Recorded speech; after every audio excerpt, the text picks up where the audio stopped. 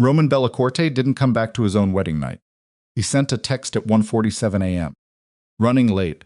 Don't wait up to the woman sitting in a bridal suite that cost more per night than most people made in a month. Still wearing the dress. Still holding the champagne flute she'd stopped drinking from an hour ago. Vivienne had stopped drinking because she wanted to stay sharp. She didn't know why.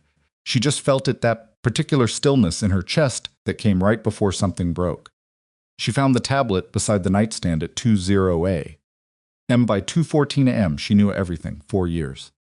A woman named Celeste, and a marriage that had nothing to do with love.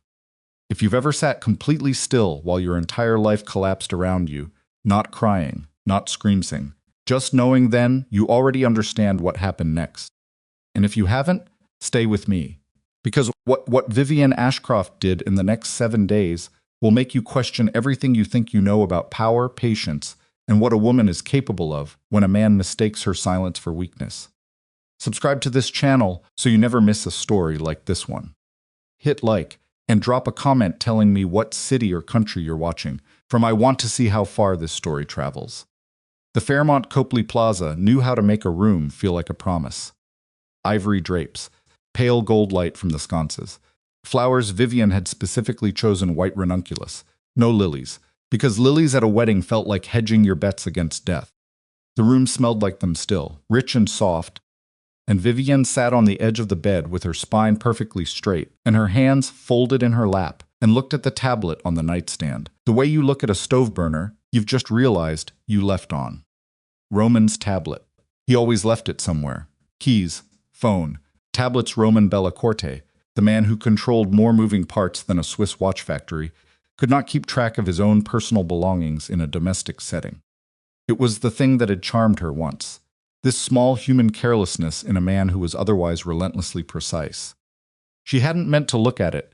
She'd reached for the water glass and knocked it, and the screen lit up, and there it was, a thread of messages, mid-conversation, visible before she could look away. Tonight went well, he believed it. And then from a different number, good. Tell me when you're leaving the hotel. I'll be at the apartment.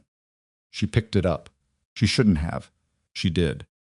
The conversation was 6 threads deep, and each one connected to another, and the names were abbreviated, but not coded. Roman wasn't careless enough for full names in a text thread, but he wasn't careful enough to use nothing.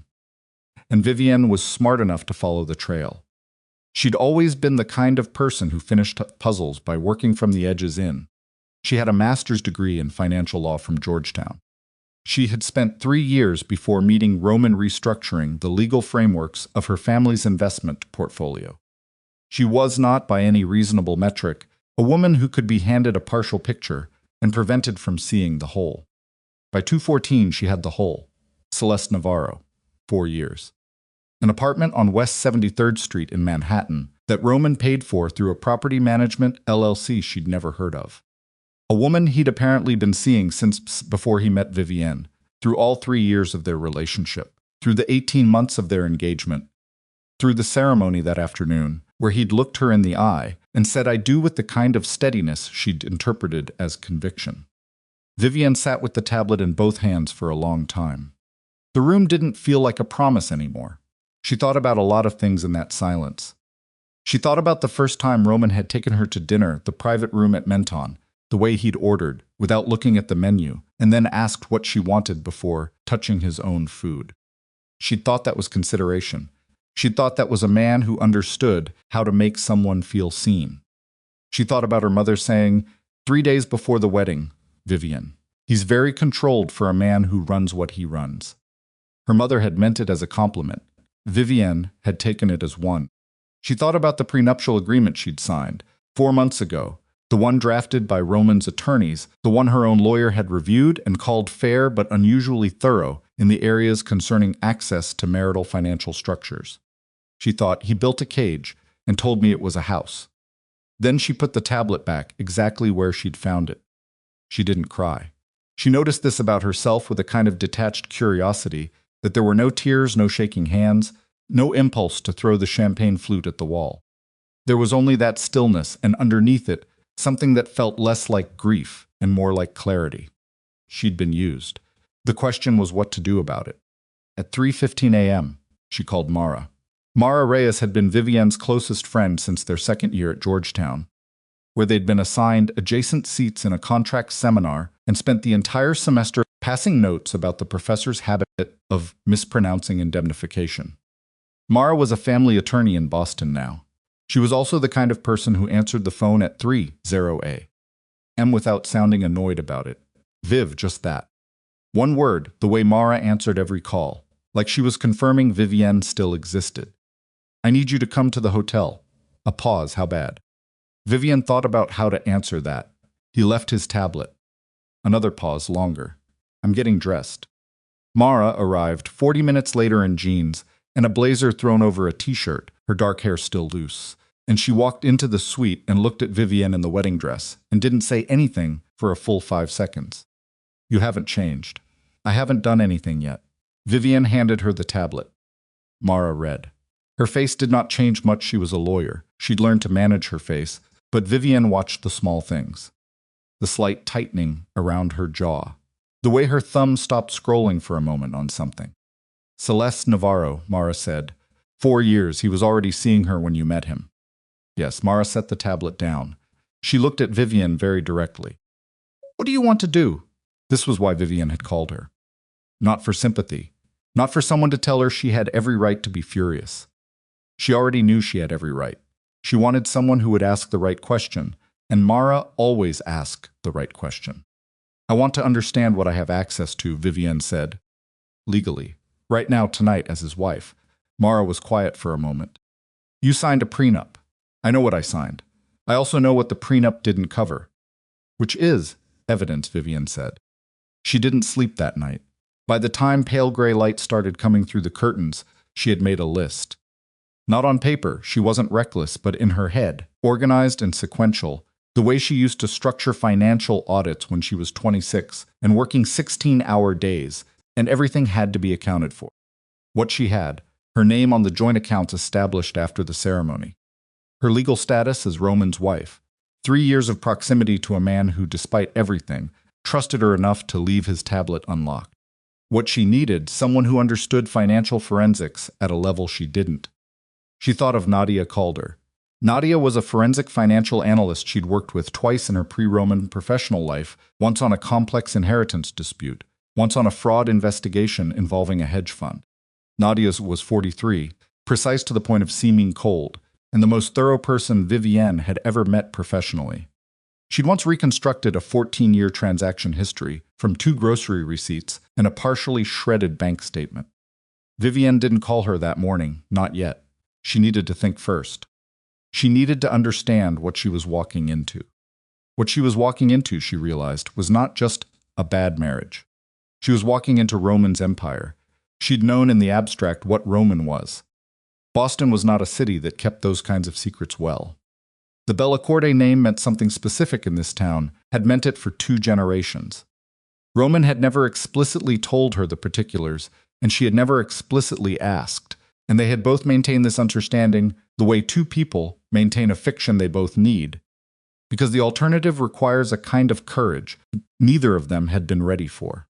She'd been naive. She could admit that now, alone in the gray morning light with her wedding dress finally laid across the chair and a hotel robe around her shoulders. She'd told herself that Roman operated in gray areas, that all powerful men did, that what mattered was how he treated the people he chose. And he had treated her well. He had been attentive and generous and never, in 3 years, given her reason to feel unsafe. Because she'd been useful. She understood that now. Her family's name, her family's connections to banking institutions and legal infrastructure. Her own professional credibility. Roman hadn't chosen her in spite of what she brought to the table. He'd chosen her because of it, carefully, the way he chose everything. The love had felt real. Maybe some of it was. She didn't know. She wasn't sure it mattered anymore. What mattered was that she was his wife, and she had 7 days before he'd start to expect the wounded new bride routine to give way to something more manageable. 7 days before he'd really look at her and decide whether she was a problem or a solved equation. She intended to make use of every hour. Roman came back at 9:0 a.m.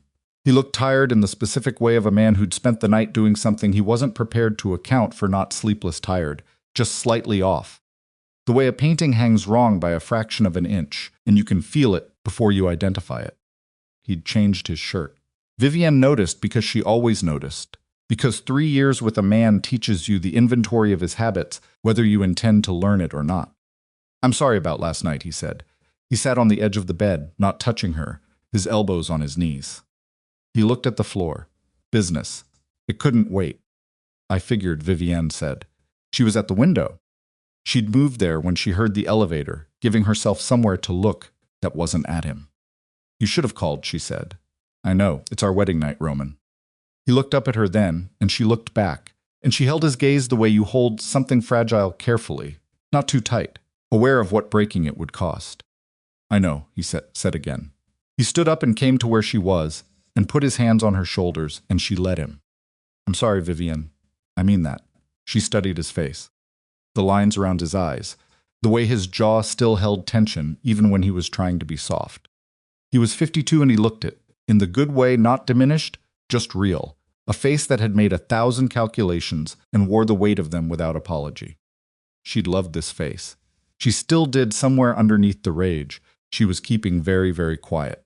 "It's okay," she said. He kissed her forehead. "Get some sleep. We'll have breakfast later." She watched him go into the bathroom, and she turned back to the window, and she breathed. 7 days. She could do 7 days. She called Nadia that afternoon, from a phone purchased with cash at a Walgreens on Boylston Street while Roman slept. "It's Vivienne Ashcroft," she said. "Bellacorte now, technically. I saw the announcement." Nadia's voice was the same as she remembered, clipped, competent, no warmth wasted. "Congratulations. I need your help." Silence. "Professional?" "Very. When? Yesterday." Nadia didn't ask for an explanation over the phone. That was one of the things Vivienne had always respected about her. She understood the shape of a situation without needing all the details spelled out. "Send me a location," Nadia said. "Somewhere public." They met the next morning at a cafe in Cambridge, far enough from Vivienne's usual circles to feel safe. Nadia arrived with a laptop bag and a flat white, and sat down like a woman who had nowhere better to be, and no intention of wasting the time she was giving. Vivienne told her what she needed. Not everything, not Celeste, not the emotional architecture of the betrayal. Nadia didn't need any of that. Vivienne gave her the professional framework, what she suspected, what she had legal access to, what she wanted documented. Nadia listened without interrupting. "The prenup limits what you can claim in a divorce," Nadia said when she was finished. "I'm not filing for divorce yet." "Then what are you doing?" "I'm building a record," Vivienne said. "I want to understand the full financial picture of what Roman has built and what connects to what.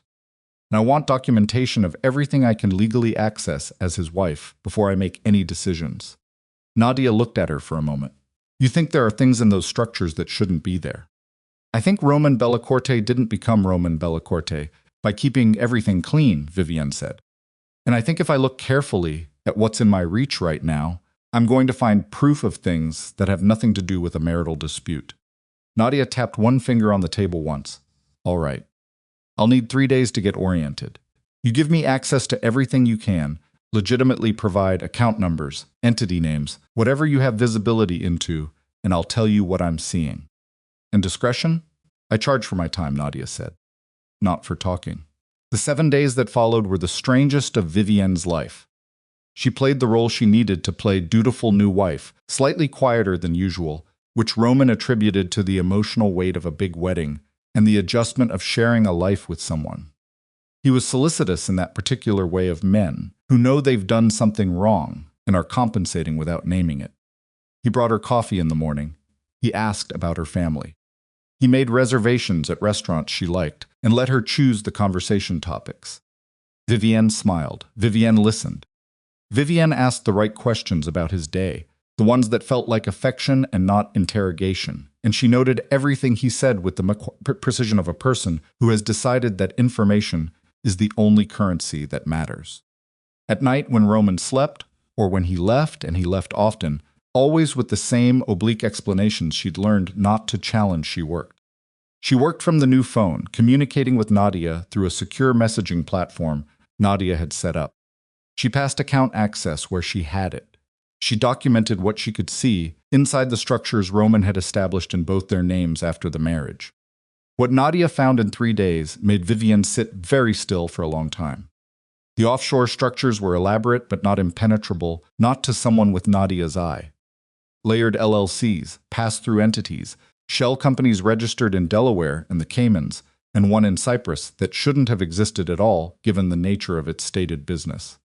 Transaction flows that entered as one thing and emerged as something else. Money that moved in patterns, designed to look like ordinary commercial activity to anyone who wasn't looking for the underlying rhythm.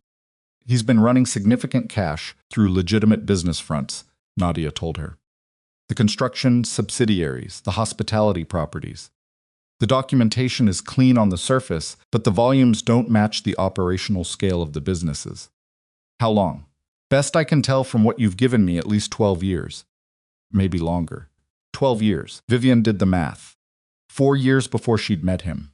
8 years of this while he'd been building toward her. The marriage, Nadia said carefully. Your family's financial institutions, some of them have been used as conduit points. Not directly. Nothing your family authorized. But the association adds legitimacy to certain transaction chains that otherwise wouldn't hold up. There it was. She wasn't just a wife. She was a structural element. Her name, her family's name, the institutional credibility she carried it, had all been folded into the architecture of something she'd had no idea she was part of. Vivienne stood up and walked to the window of the Cambridge Cafe. A different one this time. She changed locations the way Nadia had suggested and looked at the street below. A woman was pushing a stroller. A teenager was eating something out of a paper bag. The ordinary city, moving without any awareness of what was happening in this room. I need everything documented, she said. Every transaction thread you can trace. Every entity. Everything. Vivienne. Nadia's voice had a quality to it she didn't usually allow. Do you understand what you're sitting on? Yes. Do you understand what happens to people who sit on it wrong? She turned back from the window. That's why I need you to be thorough. On the 4th day, Victor Calabrese came to see her. She hadn't expected Victor. He'd been at the wedding tall quiet, the kind of man whose job was to stand near Roman and make sure things ran the way Roman wanted them to run. She knew his name and his face and almost nothing else about him, which she suspected was exactly how Victor preferred it. He called her cell, her real cell, the one Roman knew about, and asked if she had time to speak. In person, she agreed, because saying no would have been more suspicious than anything else. They met in the lobby bar of a hotel on Newbury Street, midday, the kind of place that was too public for anything to happen overtly and too neutral to imply anything. Victor was already there when she arrived, nursing a club soda and watching the door. He stood when she approached. She noticed he didn't smile. Mrs. Bellacorte, Victor. She sat across from him. What's this about? He was quiet for a moment. He had the particular stillness of a man who chose every word before he said it, which was something she recognized from Roman and found unnerving in someone she didn't know as well. There's been some activity in certain account structures, he said. Account-level activity. Review of balances, access patterns. Vivienne felt her pulse pick up exactly once and then held it steady. I have access to the marital accounts. Roman and I both set those up. I know. Victor's eyes were steady on her. Not threatening, she wanted to be precise about that with herself, because her fear would not be useful right now. He was watchful, not aggressive. I wanted you to know that certain people inside Roman's organization track that kind of activity as a security measure. They noticed. Noticed what exactly? Patterns. He set down his glass. Mrs. Bellacorte, Vivienne. I'm not here to accuse you of anything. I'm here because Roman trusts you, and I've worked with Roman for 17 years, and part of what I do is make sure people close to him are protected. Protected from what? He looked at her for a moment. From mistakes, he said. The kind that can't be walked back. Vivienne held his gaze. She thought about 7 very different things at once, because that was what she was capable of when the pressure was sufficient, and she kept her face perfectly neutral and said, I appreciate that, Victor. I'm still settling into understanding what Roman's financial structure looks like. It's complex, and I want to make sure I understand what's mine and what isn't. Victor nodded slowly. Of course. Is there something specific I should stop doing? Not at all. He stood. I just thought you should know that people are paying attention. That's all. He left without finishing his drink. Vivienne sat for 2 full minutes before she took out her phone. She texted Nadia 4 words, speed up the timeline. The thing about Roman's organization, the thing she hadn't fully internalized until Victor sat across from her and spoke in careful, pleasant neutralities, was that it wasn't just Roman. It was a system. Roman was the center, but the system was bigger than him, and the system had its own logic and its own immune response to threats, and she was inside the body of it now, and it had just noticed her. She called Mara that night from the secure phone, walking through Beacon Hill in the early evening, because she needed to move while she thought. Victor Calabrese came to see me, she said without preamble. Mara was quiet for a half-second. What did he say? That people inside the organization noticed some account activity. He was polite about it. He was being a warning. Vivienne, I know, you have to be more careful. I know, Mara. How much time do you need? She thought about Nadia's progress. She thought about the volume of what they were documenting.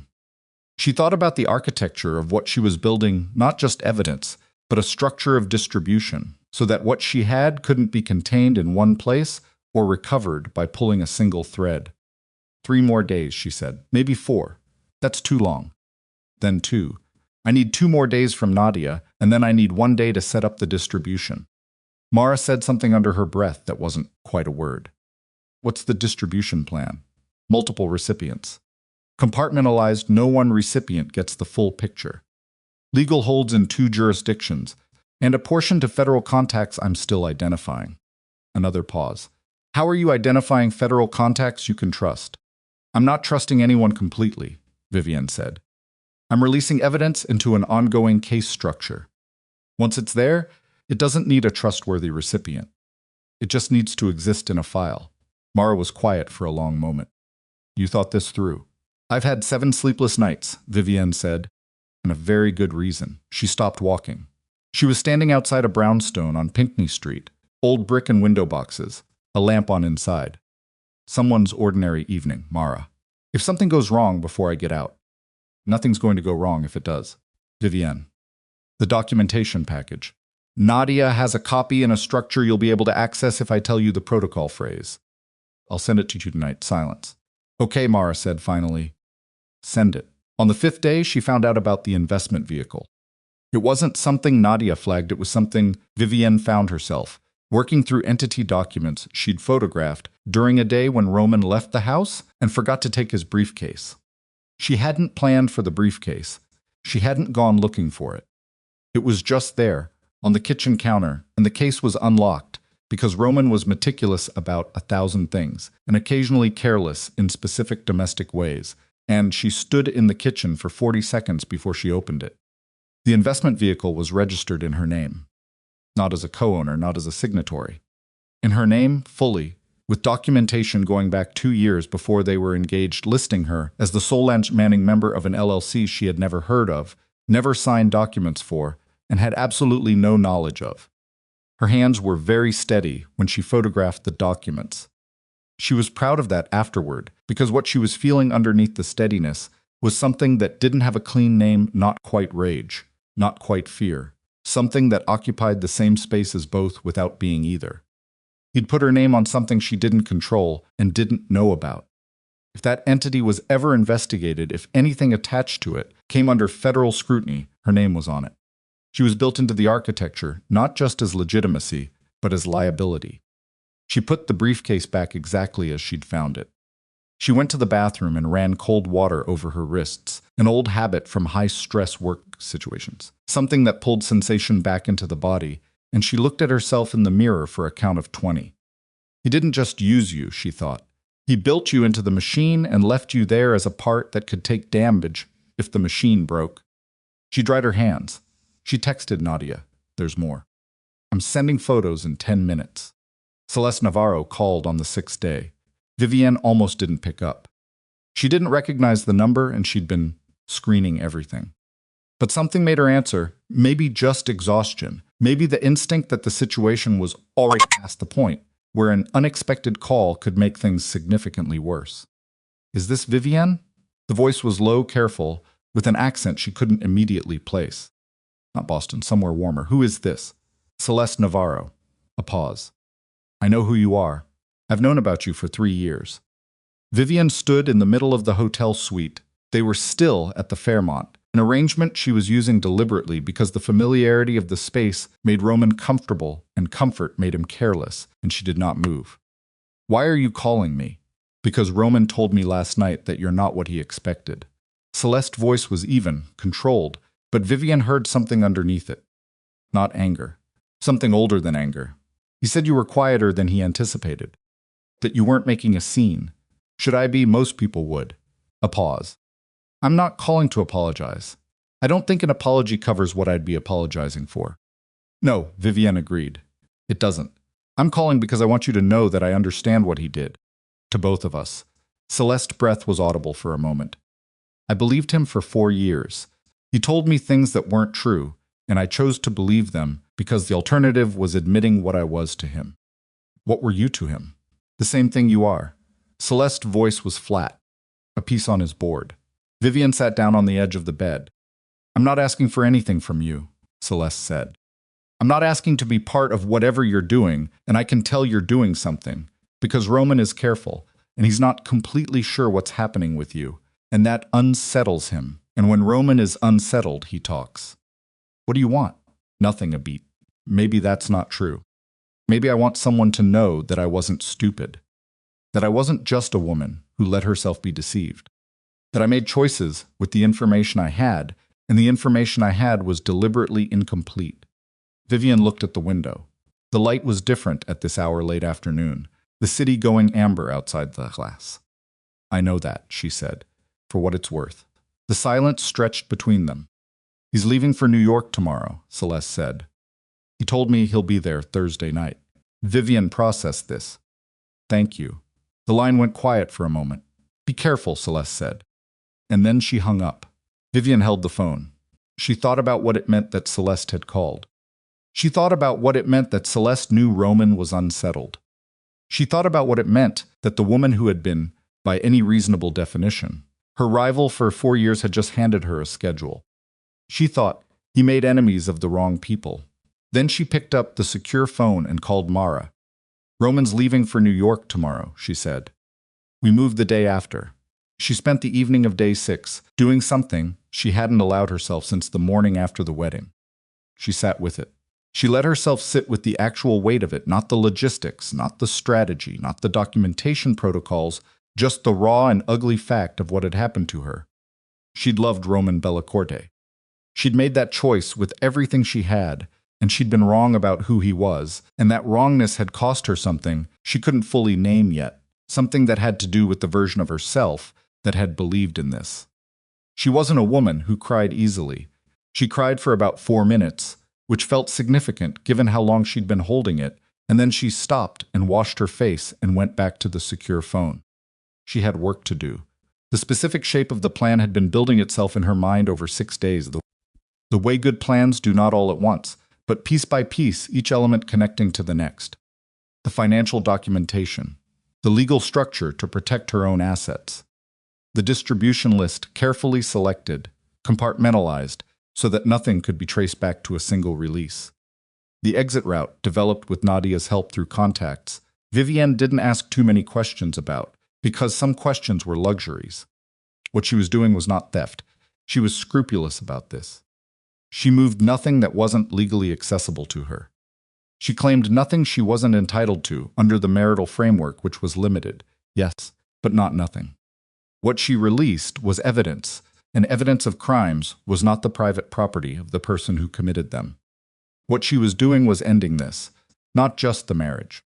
The entire assumption that she was someone who could be used and managed and left in a bridal suite at 20 a.m., while the man who just vowed to love her drove across the city to someone else. She was ending the version of her life where that was the end of the story. On the 7th day, Roman left for New York. He kissed her at the door. He told her he'd be back Friday. She said, "Have a safe trip." She watched the elevator close behind him. Then she moved. The elevator doors closed, and Vivienne stood in the hotel corridor for exactly 3 seconds.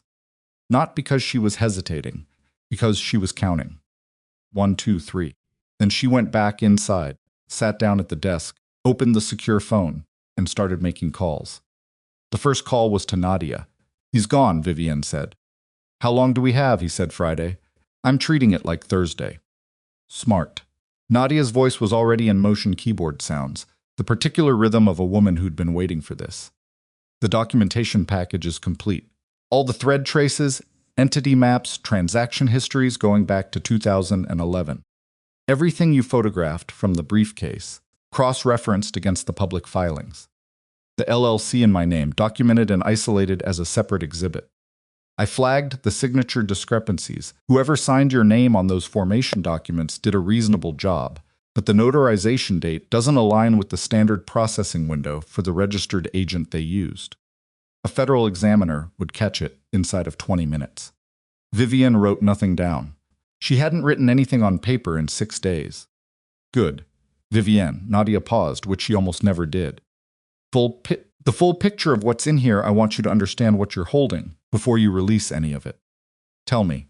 3 separate operational structures, all connected to Bellacorte through entities 2 and 3 layers removed. Cash flow volumes inconsistent with the stated revenues of every single front business. And at least 2 transaction chains that intersect with an ongoing federal investigation. I identified through public court filings the indictment of a commercial real estate group out of Providence, 2022. Roman's name is nowhere in those filings, but 2 of his shell entities are in the transaction record, anonymized as Party C and Party F. She let that land. He's already in a federal case, Vivienne said. Adjacent to one, not named. But if someone handed the investigators a map, they'd find him. Very quickly. Vivienne stared at the wall. The cream-colored Fairmont wall with its carefully framed nothing. How long to finalize the distribution structure? Can have the segmented packages ready by tonight. You confirm the recipients list. I build the delivery framework, so nothing traces back to a single source. Do it. She stood up, because sitting still had become physically difficult. I'll send you the final recipients list by 4 o'clock. She hung up and called Mara. Mara answered on the first ring, which meant she'd been sitting with the phone in her hand. He's gone, Vivienne said again. Okay, Mara breathed. Okay, walk me through it. Tonight, Nadia finalizes the packages. Tomorrow morning, I move the legitimate marital assets into the protected structure, the account we set up through your firm last week. That's solid. That will hold. The evidence distribution goes out tomorrow afternoon. Segmented so no single recipient has the complete picture. The federal thread goes to the Providence case contact Nadia identified. The internal organizational material goes to 2 recipients inside Roman's network that Nadia flagged as having conflicting interests with him. Mara was quiet for a moment. You're releasing material inside his own organization. Selectively. Vivienne moved to the window. The city was mid-morning bright, indifferent. Roman's empire is not a unified thing. It never was. There are people inside it who have their own interests, their own grievances, their own reasons to want leverage over him. I'm not destroying the organization. I'm handing certain people inside it information they can use. What they do with it is their decision. That's a fine line. I know where the line is. Vivienne, Mara, I've been thinking about this for 6 days. I know what I'm doing and I know what I'm not doing. I'm not burning it down. I'm lighting a fuse in specific places and then I'm leaving. A long pause, the exit. Tell me the exit is ready. Nadia's contact confirmed yesterday. The relocation structure is in place. I've got an alternative identity document set that's clean. Don't ask me how clean or how. I don't want either of us thinking about that part too hard. Jesus, Vivienne. Don't, she said it quietly. Don't say anything about that part. Just tell me the firm's holding structure for the asset transfer is airtight. It's airtight.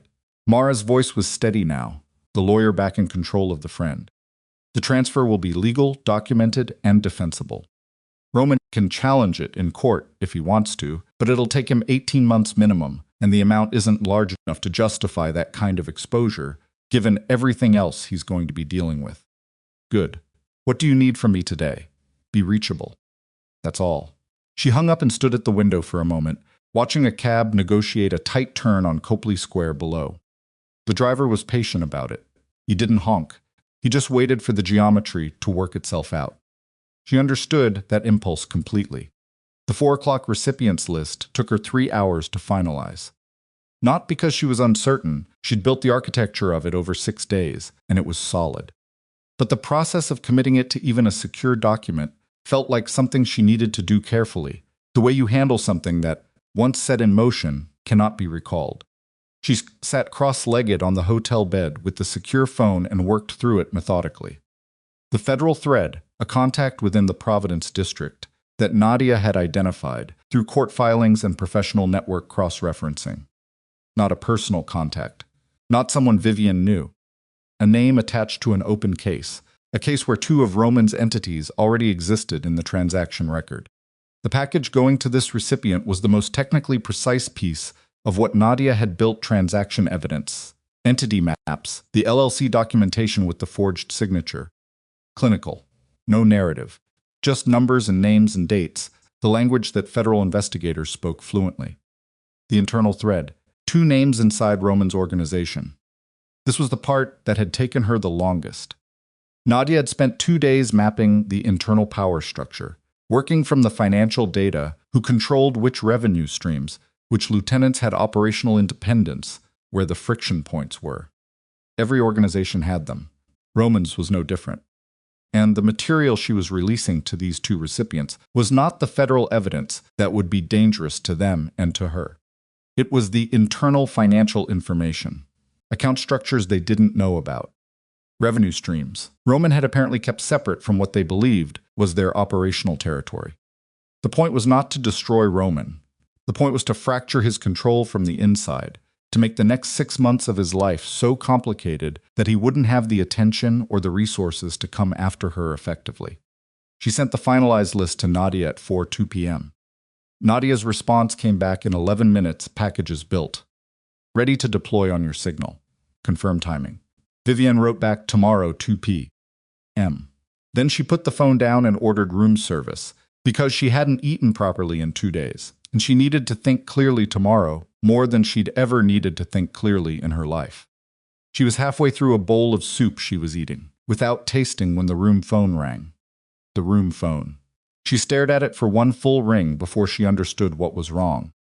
Nobody called the room phone. Roman would call her cell. Mara and Nadia used the secure phone.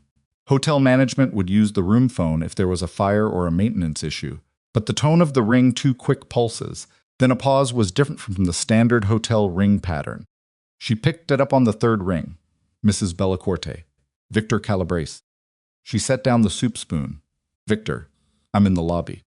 She didn't say anything for a moment. I thought you might want company, he said. His voice had something in it she couldn't immediately identify, not the careful watchfulness of their last meeting, but something more compressed. Like a man choosing words under more pressure than usual. This isn't a good time, I understand. I still think you should come down. She looked at the secure phone on the bed. Nadia, Mara. The plan. Tomorrow afternoon. Give me 10 minutes, she said. I'll be at the bar.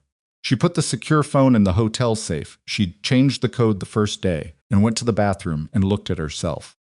She looked tired. She also looked like a woman who'd made a decision and was living inside it, which was different from how she'd looked a week ago, and she wondered if Victor would see the difference. Probably. Victor was a man who looked at things carefully. She went downstairs. He was at the far end of the bar, same club soda as before, same posture, elbows on the bar top, watching the room in the particular way of people who've spent decades needing to know where the exits were.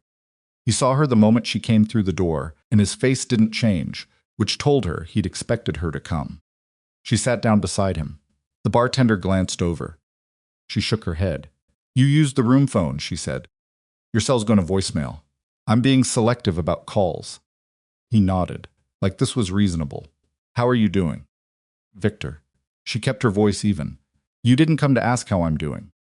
He turned the glass in his hands, 1 slow rotation. Roman called me from New York this morning. All right. He's not going to be back Friday. She held herself very still. Why not? Something came up. He's extending the trip. Victor set the glass down. He didn't say what. With Roman, there are things you ask about and things you don't. And after 17 years, I know the difference. This was a don't. She processed this. Roman extending the trip was either a problem or an opportunity, and she wasn't sure yet which direction it fell. If he was staying in New York with Celeste, that was manageable, Celeste had called her. Celeste had warned her about the schedule change, which meant Celeste was more aware of what was happening than Roman probably knew. If Roman was extending for another reason. Is he aware of what's been happening with the accounts? She asked. Victor looked at her for a long moment. Why would you ask that? Because you warned me that people inside the organization had noticed activity. And now Roman is suddenly extending a trip. She kept her tone neutral, professional, like they were discussing a real estate transaction. If those two things are connected, I'd rather know. Victor studied her. She let him look. You're not what I expected, he said finally. Roman said the same thing. He meant it differently. She didn't respond to that. Victor picked up his club soda and took a slow drink. Set it down. Roman isn't extending the trip because of the accounts. I don't think he knows about the account activity yet. The people who flagged it, they came to me, not to him, because that's the protocol for low-level alerts. I haven't escalated it. Why not? The question sat in the air between them. Victor was quiet for long enough that she began recalculating. He was 17 years inside Roman's organization. He was the person Roman trusted most with operational details. He was also, she now realized, a person who had chosen to warn her privately instead of going directly to Roman, and who had chosen to come here tonight through a hotel room phone instead of her cell, and who was now sitting in a bar telling her information that, if Roman knew he'd shared it, would create a serious problem for him. Victor, she said it quietly, why are you telling me this? He looked at his glass. Roman married well twice, he said. His first wife, she died, you know that. 14 years ago. Breast cancer. A pause. She was a good woman. Smarter than Roman gave her credit for. He managed to convince himself that her judgment was just agreeable to his, and she let him think that because it was easier. And then she got sick and she was gone in 8 months, and Roman, he stopped. Cleared his throat. Roman was not the same for a long time after. Vivienne waited. What he did with you, the way he structured the marriage, what he used it for. I didn't know all of it. I knew some of it. Victor's jaw tightened. I didn't say anything because it's not my organization. It's never been my organization. You do your job and you don't editorialize. But. He turned to look at her directly. You're not the first person Roman has reduced to a function. And you're clearly not going to accept it the way most people do, which means at some point this is going to break loudly. And when it does, what Roman loses is going to depend a lot on how it breaks. She looked at him steadily. What do you want from me, Victor? I want you to be careful. He said it simply. That's all. Whatever you're doing, and I can tell you're doing something, I don't need to know what I want you to be careful. Because there are people in Roman's organization who will not manage this the way I'm managing it. There's one person in particular. Who? Frank Calder. His voice flattened noticeably on the name. Frank is Roman's financial director. He's been in that position for 9 years, and he spent most of that time building something he thinks Roman doesn't see. Side structures. Relationships with external parties who compete with Roman's interests. He's been patient about it. Patient enough that Roman hasn't caught it yet, but Frank is also ambitious in a way that makes him dangerous when he sees opportunity. Vivienne felt the edge of something, and he sees opportunity right now. If he's noticed what I've noticed and Frank notices things, it's the only quality I respect in him, then yes. He's the type who looks at instability and calculates what he can take. She was quiet for a moment. You're warning me about someone inside the organization. I'm giving you complete information, Victor said. What you do with it is your business. She thought about Nadia's entity maps. She thought about the 2 internal recipients on her list. She thought about whether Frank Calder was one of the people Nadia had flagged as having conflicting interest with Roman. She thought yes, probably yes. Nadia Calder, she said carefully. Do you know that name? Something shifted in Victor's expression, almost imperceptible. Just a slight realignment around his eyes. The forensic analyst? Yes, a very long pause. Frank Calder's sister-in-law, Victor said. The room seemed to compress slightly around her. His brother's ex-wife, Victor continued. They don't interact publicly. Professional separation. But they know each other. Vivienne set both hands flat on the bar surface, very quietly. She thought about 6 days of work. She thought about Nadia's thoroughness, Nadia's competence, Nadia's access to everything Vivienne had given her. She thought, how much of what I told Nadia has Frank Calder already seen? Thank you, she said. Her voice came out steady.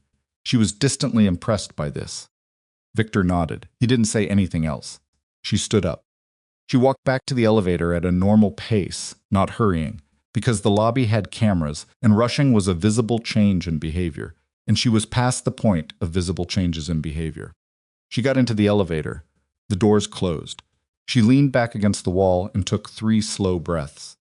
Then she took the key card for the safe out of her pocket and turned it in her fingers and thought very hard and very fast about what she needed to do in the next 40 minutes. Nadia picked up on the second ring. "We need to talk about your relationship with Frank Calder." Vivienne kept her voice flat. The pause on the other end was half a second too long. Half a second was a very long time. "He's my ex-brother-in-law," Nadia said. "We're not close. How not close?" "How not close, Nadia?" A breath. "We talk occasionally, professionally. He's referred cases to me in the past, nothing related to Roman. Nothing from before you contacted me." "That's the truth. Has he contacted you since I hired you?" Another pause. Shorter this time, but there once, Nadia said. 3 days ago. He called to catch up. I didn't tell him anything." "What did he ask about?" "General things. What I was working on." "I said I was in the middle of a complex financial review. Couldn't discuss client details." Standard. "Did he know it was related to Roman?" "I didn't tell him." "That's not what I asked." The silence stretched. "I don't know," Nadia said finally. "I don't know what Frank knows or doesn't know. He's a smart man and he operates in overlapping circles, and it's possible he made connections I'm not aware of." Vivienne stood in the middle of the hotel suite. She thought about the documentation packages sitting in Nadia's system right now. Segmented, ready, built entirely on information. Vivienne had provided through Nadia's hands. "Are the packages secure?" she asked. "On your end, your system, your handling. Is there any way Frank has access?" "Absolutely not." Nadia's voice took on a different quality, the professional pride that was the most reliable thing about her. "My systems are my systems. Nobody gets into my infrastructure. Not Frank, not anyone. What we built together is isolated." "You're certain?" "I've been doing this for 20 years. I'm certain." Vivienne let out a controlled breath. "I'm moving the timeline up. Distribution doesn't go out tomorrow afternoon. It goes out tonight."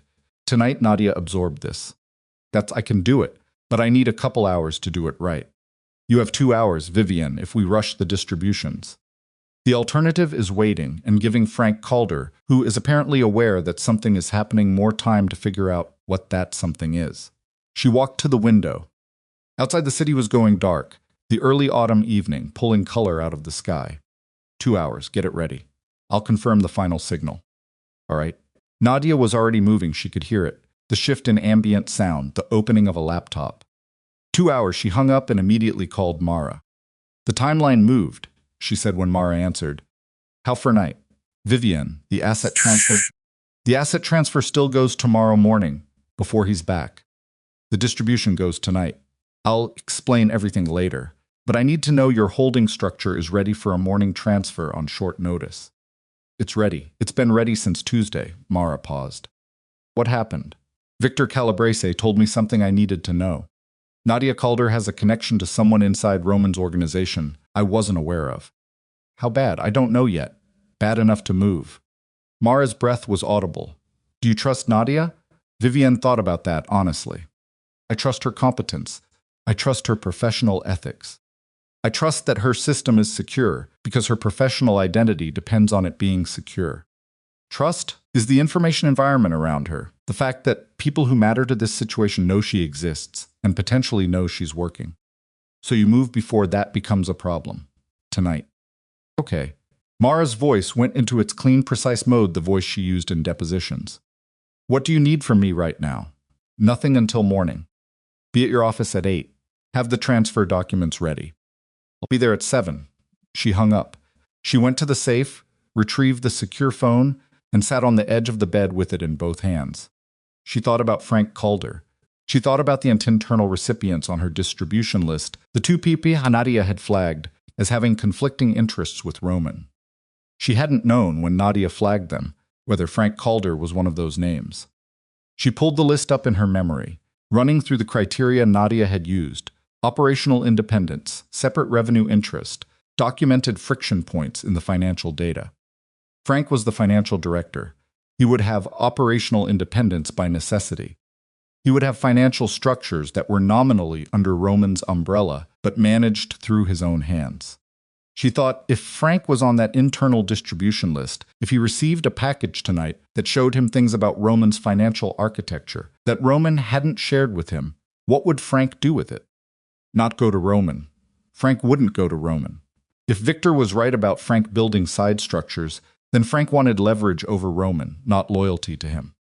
He'd take the information and use it for himself, which meant Frank getting that package wasn't necessarily a catastrophe.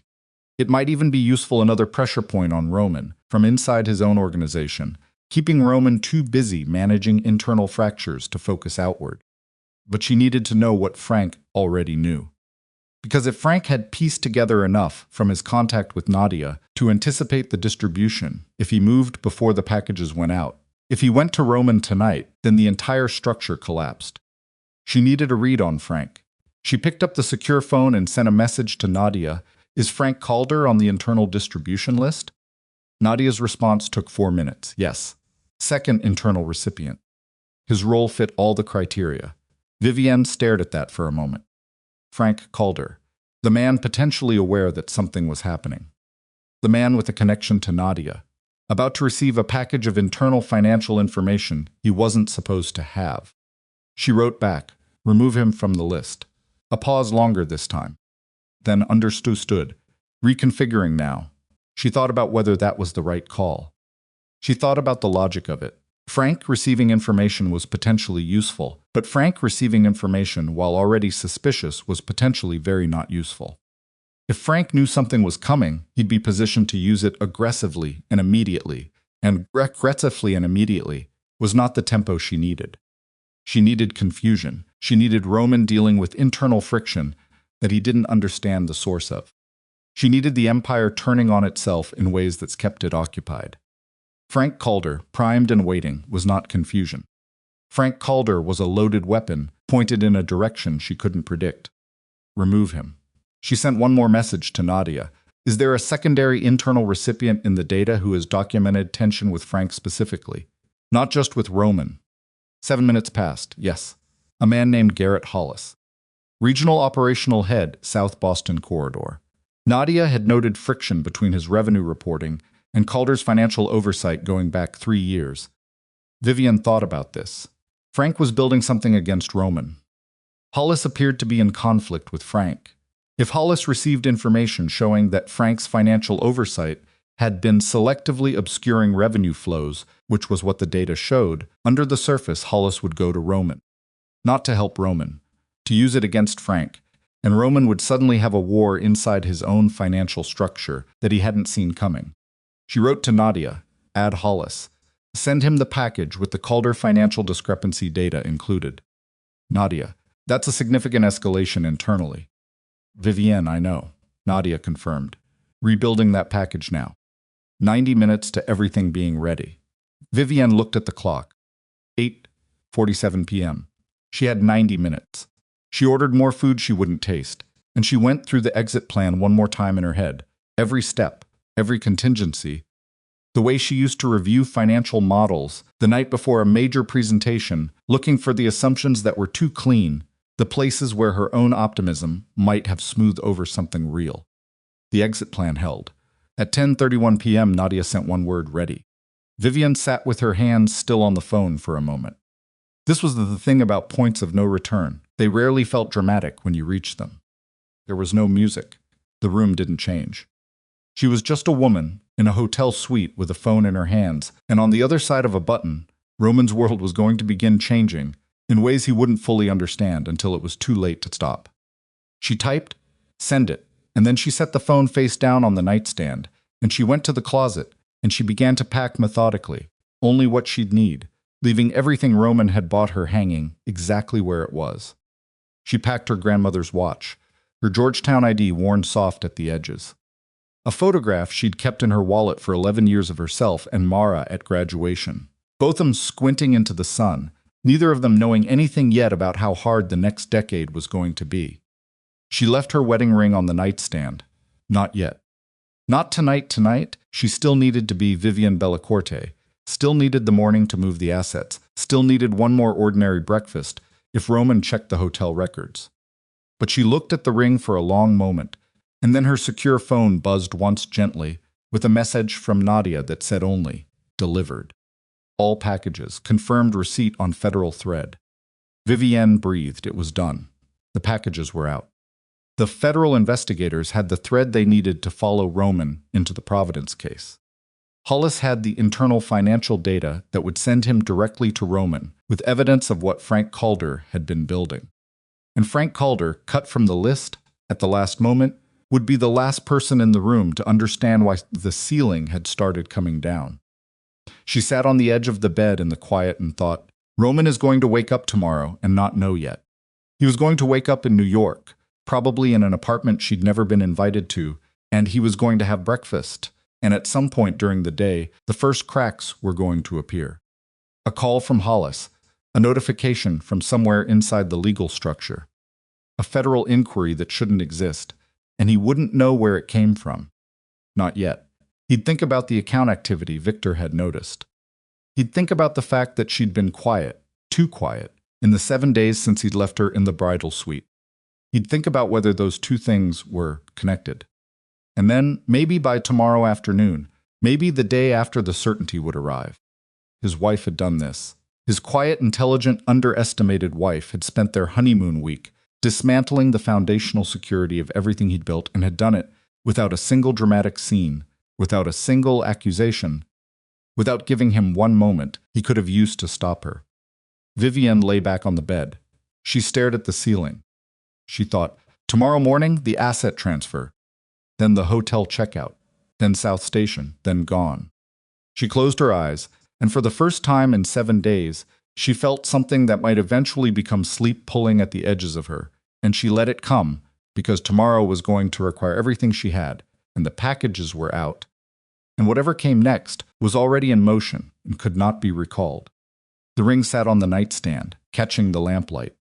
Somewhere in New York, Roman Bellacorte's phone was going to start ringing in the morning, with calls he wasn't expecting, from people whose voices would tell him, before they said a single word, that something had gone very wrong.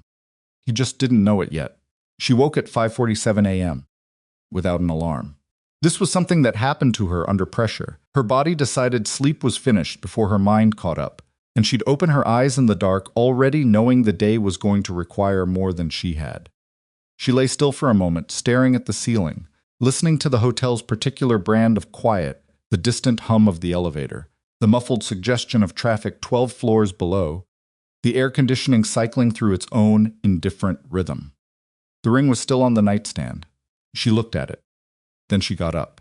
She showered, dressed in the clothes she'd laid out the night before, dark slacks, a gray blouse, flat shoes, nothing that would read as flight, and she sat at the desk and went through the plan one more time.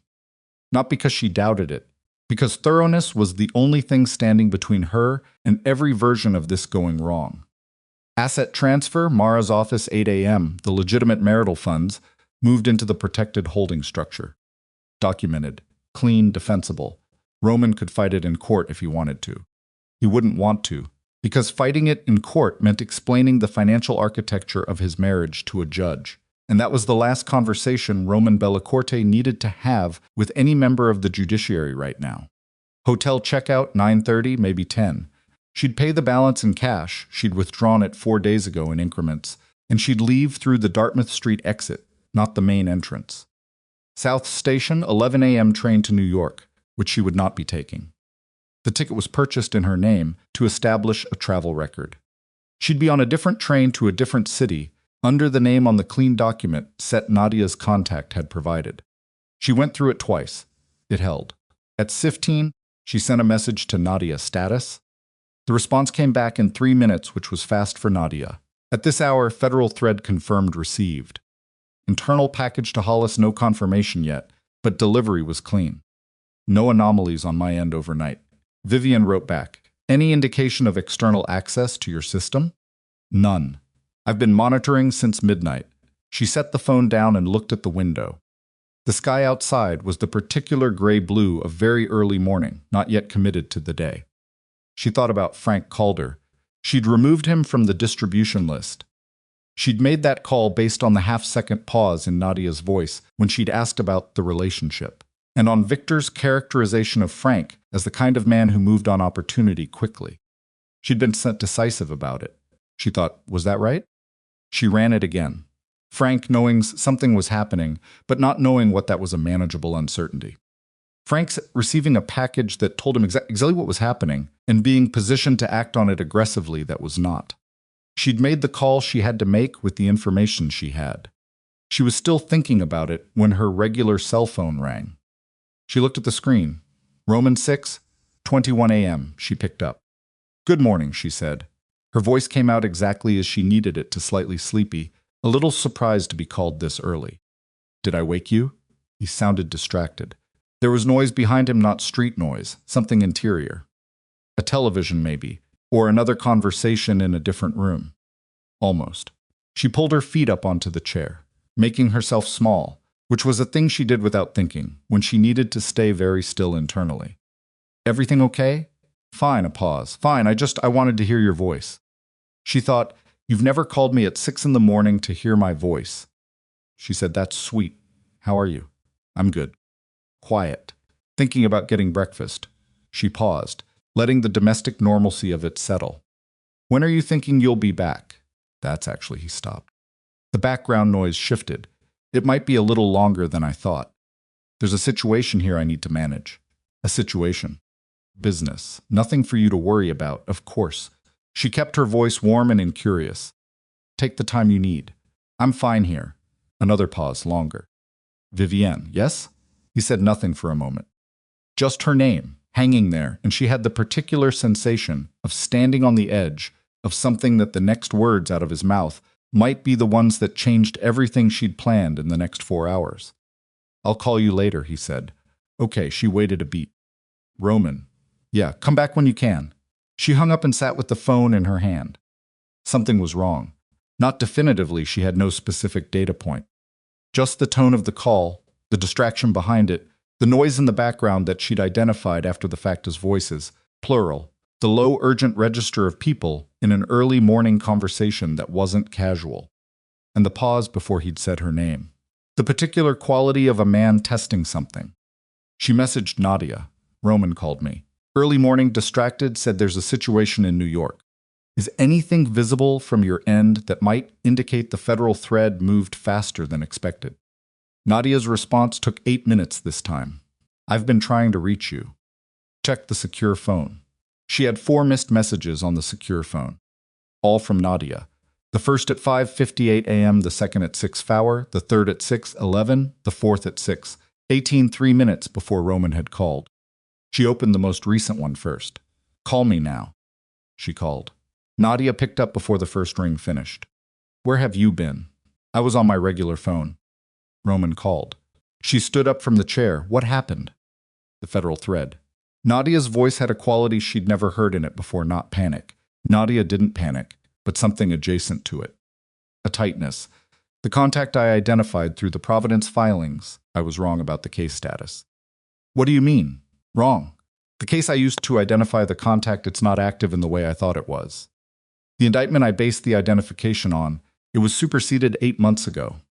The lead investigator on that thread was reassigned. Vivienne stopped moving. Who received the package? I don't know yet. Nadia's breath was audible. What I know is that the contact I sent it to is no longer primary on anything connected to Roman's transaction environment. Which means the package either sat in a dead inbox, or, and this is the part I'm working on, confirming it was forwarded. Forwarded where? I don't know, Nadia. I don't know yet, Vivienne. I'm working on it.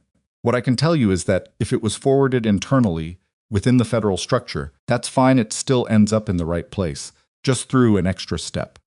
But if it was forwarded outside of that structure, someone connected to Roman gets it, yes. Vivienne walked to the window. The city flow was starting to fill in early commuters, delivery trucks, the ordinary machinery of a morning that had no idea it was the worst one of her life so far. How long to confirm where it went? I've been working it since I found the case status issue at 5:50. I need more time, an hour, maybe 2. I don't have 2 hours. I have a meeting with Mara at 8, and I need to be out of this hotel by 10. I understand the timeline. Then give me something to work with. Best case, worst case, Nadia was quiet for a beat. Best case, the package is sitting in an unmonitored federal inbox pending reassignment. Standard procedural lag. It gets picked up eventually by the right people, and we lose some time, but nothing structural changes. Worst case. Worst case, the contact I identified is still connected enough to Roman's world through the defense side of the Providence case, through shared legal infrastructure, that the package landed somewhere it shouldn't have. And if that's true, Roman knows. Or someone who will tell Roman knows. Yes. Vivienne pressed one hand flat against the cold glass of the window. She thought about Roman's phone call, the distraction, the voices in the background. There's a situation here I need to manage. She thought he already knows. She didn't say it out loud. She needed Nadia focused on confirming the forwarding chain, not processing the implications of that assessment. Keep working, she said. Call me the moment you have confirmation either way. And Nadia, she paused. I need you to pull the Hollis package status too. Has there been any response? Nothing visible yet. That one, I'm less worried about. The delivery was clean, and Hollis doesn't operate in the same circles as the federal contact. That one should hold. Should will a beat. Probably. She hung up. She stood at the window for 30 seconds, which was all she allowed herself, and then she picked up the secure phone and called Mara. Mara answered on the first ring again. I'm already at the office. There may be a problem with the federal distributions thread. A silence. How bad? Undetermined. Nadia is working on confirming the delivery path. There's a possibility the package went somewhere unintended. She kept her voice level. Clinical. The asset transfer still needs to happen at 8. That's clean, that's independent, that's not affected by the federal thread. I know, I'll have everything ready, Mara. She paused. If the federal package went to the wrong place, if Roman has already seen it, or someone close to him, then the timeline I was working with is gone. He's not going to wait until Friday. He's going to move today. Mara's breath shifted. What does that mean for you? It means I need to be out of this hotel before 9, not 10. And it means the exit needs to accelerate. Can you accelerate it? She thought about the alternative documents. The train ticket in a different name. The contacts Nadia's people had arranged at the other end. None of it required advanced warning. It was built to be activated quickly. That had been the point. Yes, she said. Do you need me to do anything different? No. 8 o'clock, as planned. I'll be there. She looked at the ring on the nightstand. If anything changes between now and 8, I'll call you. She hung up. She sat on the bed. She thought about the architecture of what she'd built over 7 days, careful, layered, designed to withstand pressure from multiple directions. She thought about the single assumption she'd made, that she hadn't fully stress-tested, that the federal contact Nadia had identified was who Nadia had believed her to be. One assumption. In a structure that had 100 moving pieces, one assumption had been based on case filings that were 8 months out of date. She thought, this is the thing you miss when you're working fast. Not the big things, the small thing that looks solid until it isn't. She'd been meticulous. She'd been thorough. She'd done everything right except confirm a single data point about the current status of a federal case. And now Roman might know. She stood up and began moving with purpose, repacking the bag she'd packed the night before, checking the document set for the 3rd time, everything in order, everything where she'd left it. She checked the cash she'd set aside for the hotel balance. She checked the time, 6:51 a.m. She needed to move, and she needed information, and she needed to not let the gap between those two things swallow her. At 7:08, Victor Calabrese texted her regular cell. We need to talk, not by phone. She stared at the text. Victor had warned her about Frank. Victor had given her information he hadn't needed to give her.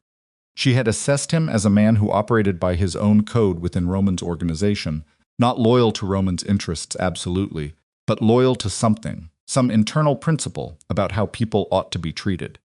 She also knew that Victor had been inside Roman's organization for 17 years. That whatever principle he held, it had coexisted with 17 years of knowing what that organization was. She texted back lobby, 15 minutes. She finished packing. She put on her coat. She looked at the room one last time, the dress still on the chair. The flowers fading now but still present, the ring on the nightstand.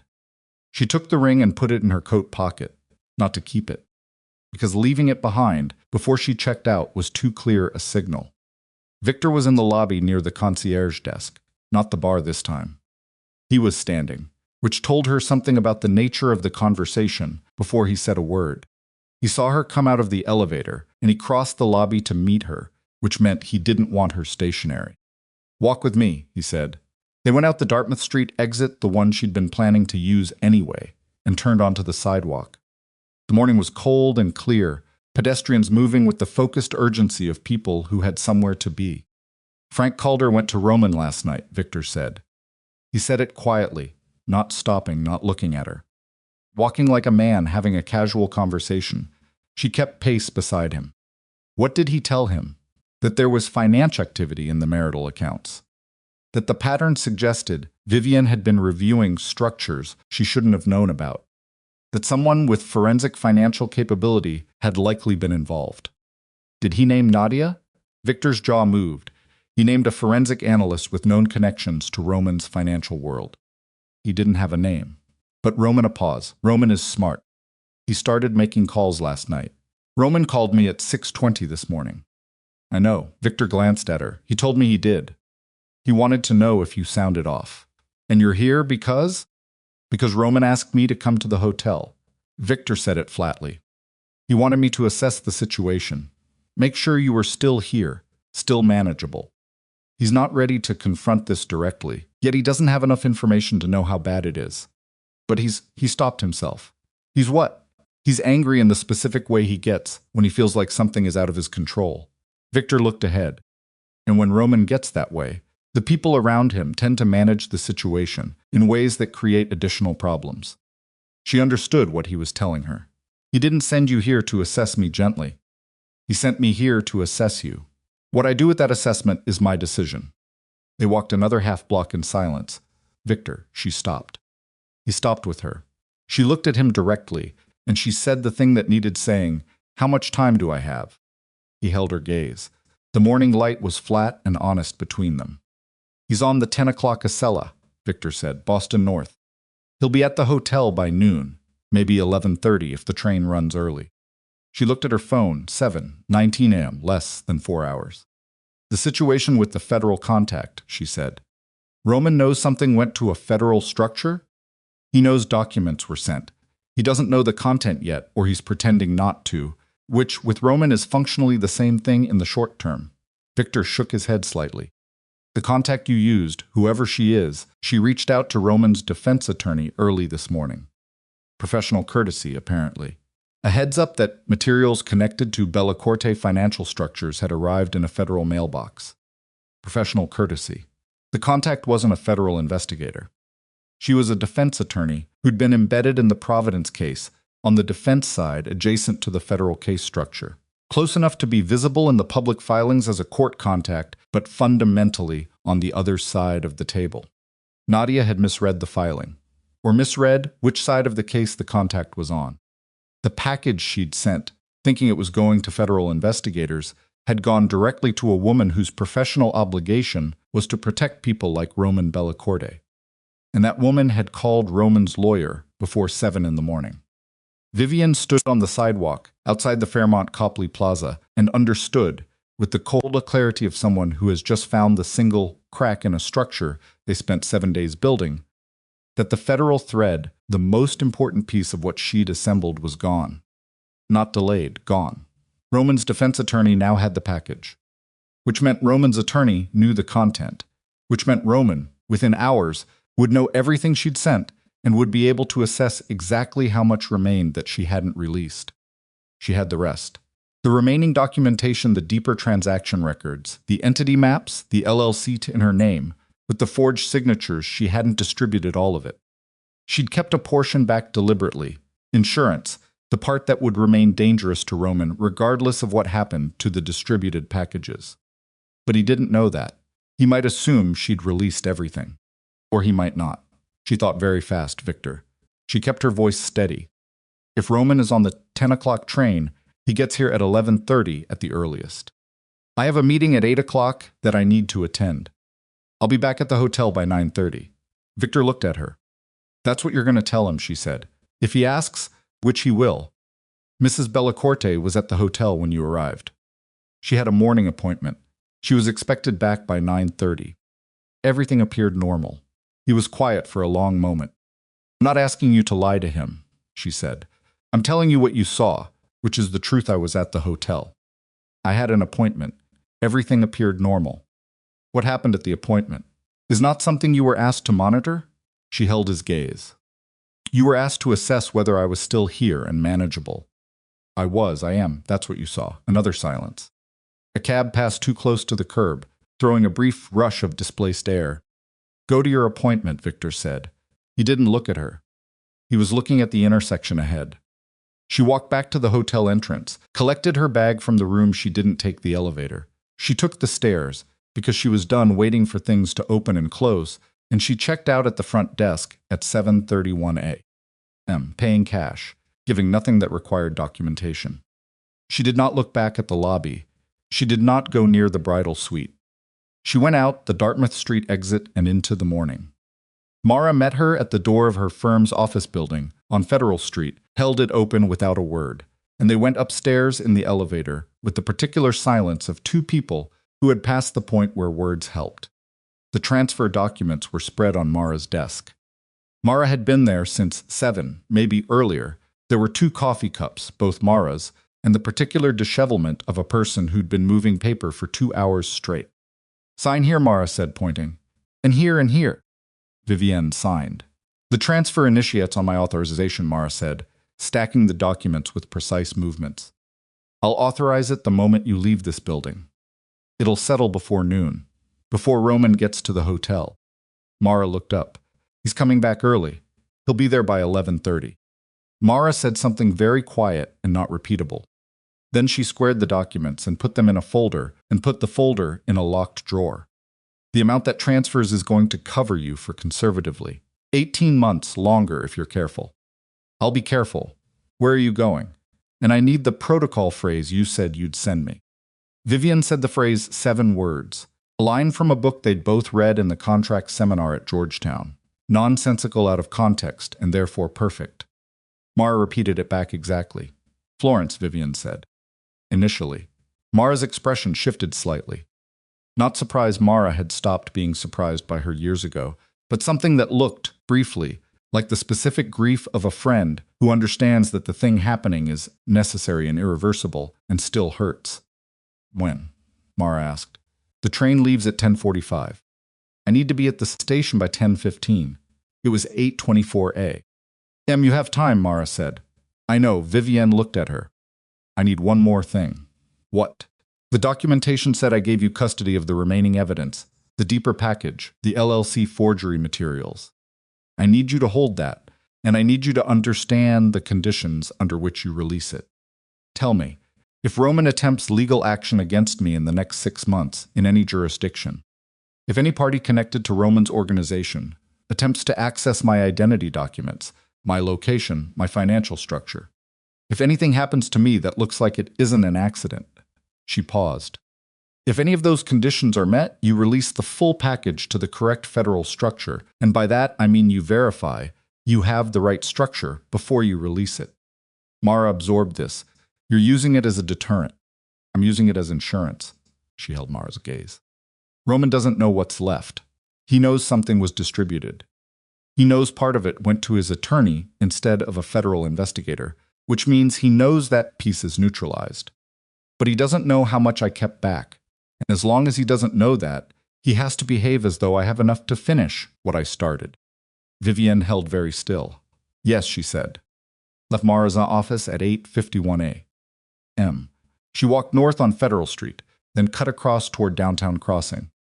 The morning had cleared into something almost bright, cold, and brittle, October asserting itself through the thin city sunshine. She kept her pace even. She didn't check her phone every 30 seconds, because that was the behavior of someone who was afraid, and afraid people moved wrong, looked wrong, drew attention wrong. She checked it once, at the corner of Washington and School Street. A message from Nadia sent 11 minutes ago. I confirmed the delivery chain. The federal contact was on the defense side of the Providence case. I misread the filing, I'm sorry. And then, 3 minutes after that, the remaining internal thread, Hollis, is active. He reached out to Roman approximately 40 minutes ago with what I can infer from network activity. Whatever Roman told Hollis, Hollis is now working against Frank Calder inside the organization. The internal fracture is real and it's moving fast. So the Hollis thread held. That was something. That was Roman having to manage a war inside his own financial structure at the same moment he was managing the threat from outside. That was Frank Calder, who'd gone to Roman thinking he was delivering leverage, discovering that the information he'd handed over had been used to expose his own side structures to Hollis, who'd gone straight to Roman with it. She'd removed Frank from the distribution list, but she hadn't removed the Calder financial discrepancy data from the Hollis package. She'd made that call in the dark at 10 o'clock the previous night, with 90 minutes on the clock, and it had been the right call. Frank had walked into Roman's confidence thinking he was bringing a weapon. He'd brought a grenade with the pin already pulled. She put the phone in her coat pocket and kept walking. At 9:47, she was at South Station. She found a seat in the main hall high ceilings, the particular acoustic of a large transit space, people moving in every direction with the self-contained urgency of people going somewhere. She sat with her bag between her feet and her coat buttoned and her face neutral. Her regular phone buzzed. Mara, transfer confirmed. It's done. She closed her eyes for a moment. When she opened them, she looked at the departures board. Her train, not the New York train, not the one in her name, was on time. She thought about Roman at Back Bay Station right now, probably, stepping onto the Acela, surrounded by the kind of quiet that happens around a man when everyone near him can sense the weather system of his anger. She thought about him in a seat on that train, making calls, being careful about what he said out loud, processing the fact that his wife had spent their honeymoon week building something he hadn't seen coming. She thought about the ring.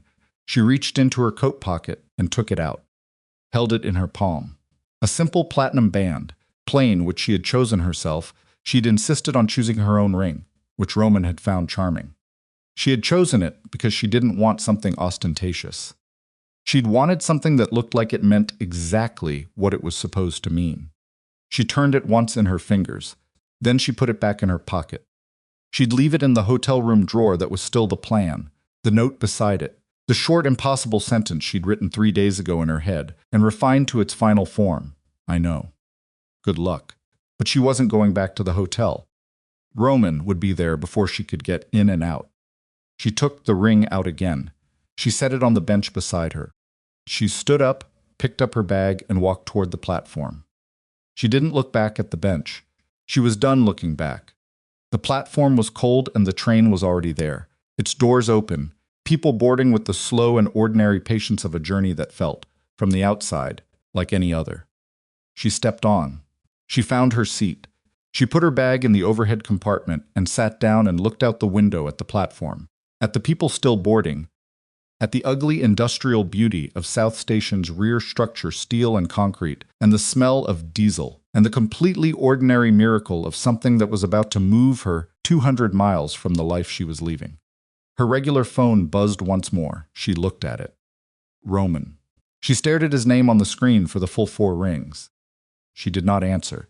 She turned the phone off, the regular phone, Roman's phone, the phone that connected her to the version of herself that had stood in a bridal suite at 2 in the morning and found a tablet and understood in 14 minutes that her marriage was a structure built around her without her knowledge. She put it in her bag. She took out the secure phone.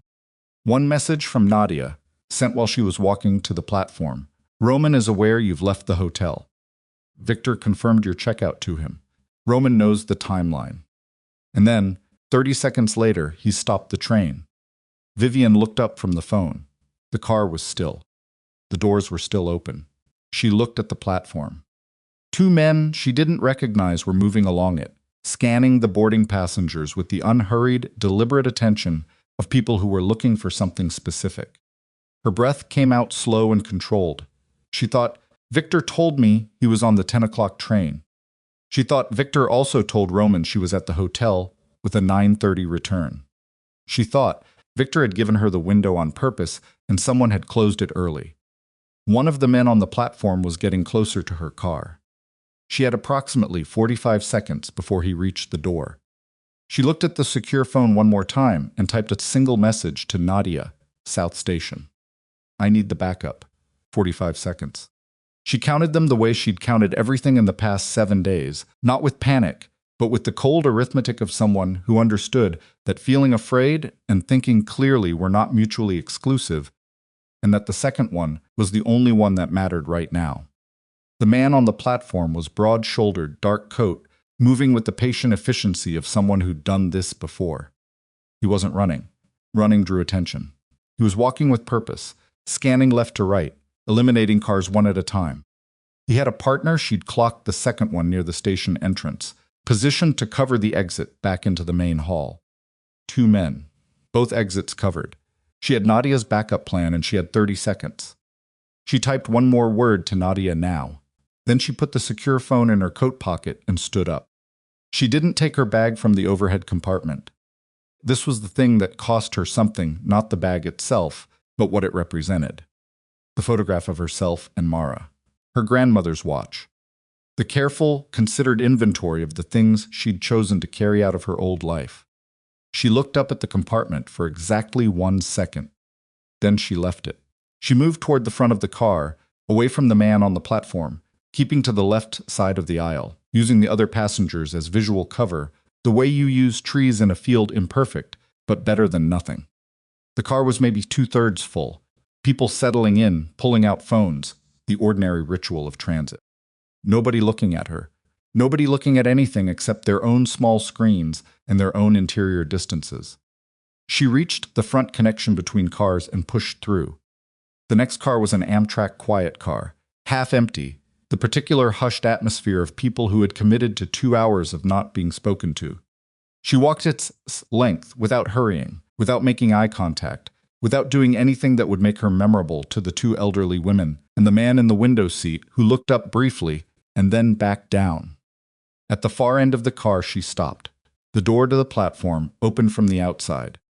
She felt it before she heard it, a change in the air pressure, a shift in the ambient sound of the station, entering the insulated space of the train. She turned. The first man had boarded at her car. He wasn't in this car yet. She had maybe 90 seconds. Her phone buzzed. Nadia, northeast corner of the main hall. Red vest. Name is Danny. Go.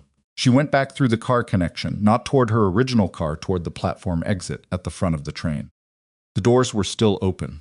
She stepped off onto the platform on the opposite side from where the man had been walking, which put the entire body of the train between her and his last known position. She walked fast, not running, not yet, because running on a train platform when you're a well-dressed woman with no bag looks exactly like what it was toward the station entrance. The platform was a long corridor of cold air and diesel, and the particular echo of a covered transit space, and she kept to the left wall and moved. She hit the main hall doors and pushed through. The hall was big and loud and full of people, and she stopped for 3 seconds in the middle of the human current and looked for Red. There, northeast corner near the departure boards. A young man in a red Amtrak service vest, mid-20s, slight build, standing with the practiced stillness of someone pretending to look at something on a clipboard. She crossed the hall. He looked up when she was 6 feet away. Ms. Ashcroft. Yes, come with me. He didn't introduce himself. He didn't explain. He turned and walked toward a door marked staff only near the far wall.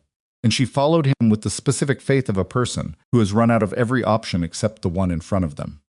The door opened onto a service corridor, concrete floor, fluorescent lights, the smell of industrial cleaner and old building.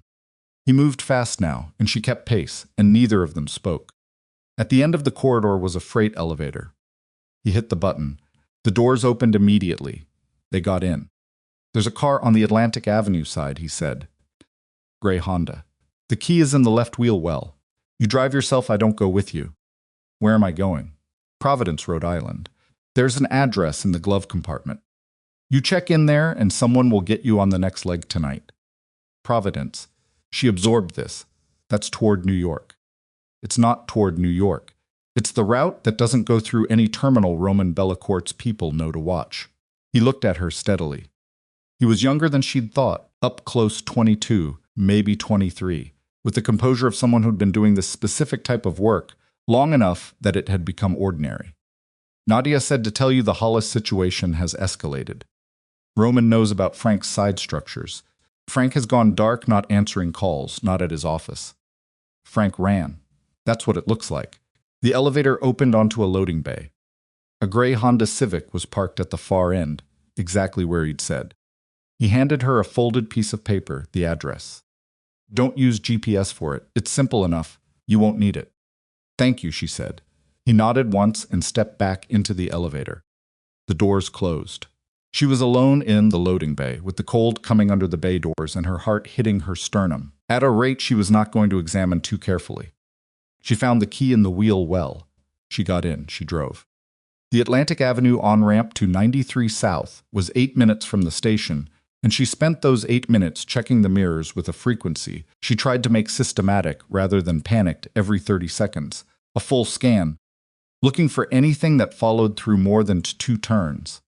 Nothing did. She merged onto the highway. The city opened up behind her into the gray and industrial southern sprawl, and she breathed and she thought. Roman knew she'd left the hotel. Victor had told him, or someone had. It didn't matter who at this point. Roman had moved fast enough to have men at South Station before the 10:45 departure, which meant he'd been moving since before the 10 o'clock Acela, which meant the call at 6:20 this morning wasn't a check-in. It was reconnaissance. He'd been assessing where she was and what state she was in, and she'd given him the sleepy, slightly surprised to be called wife, and he'd heard something in her voice or not heard something he expected, and he'd made a decision.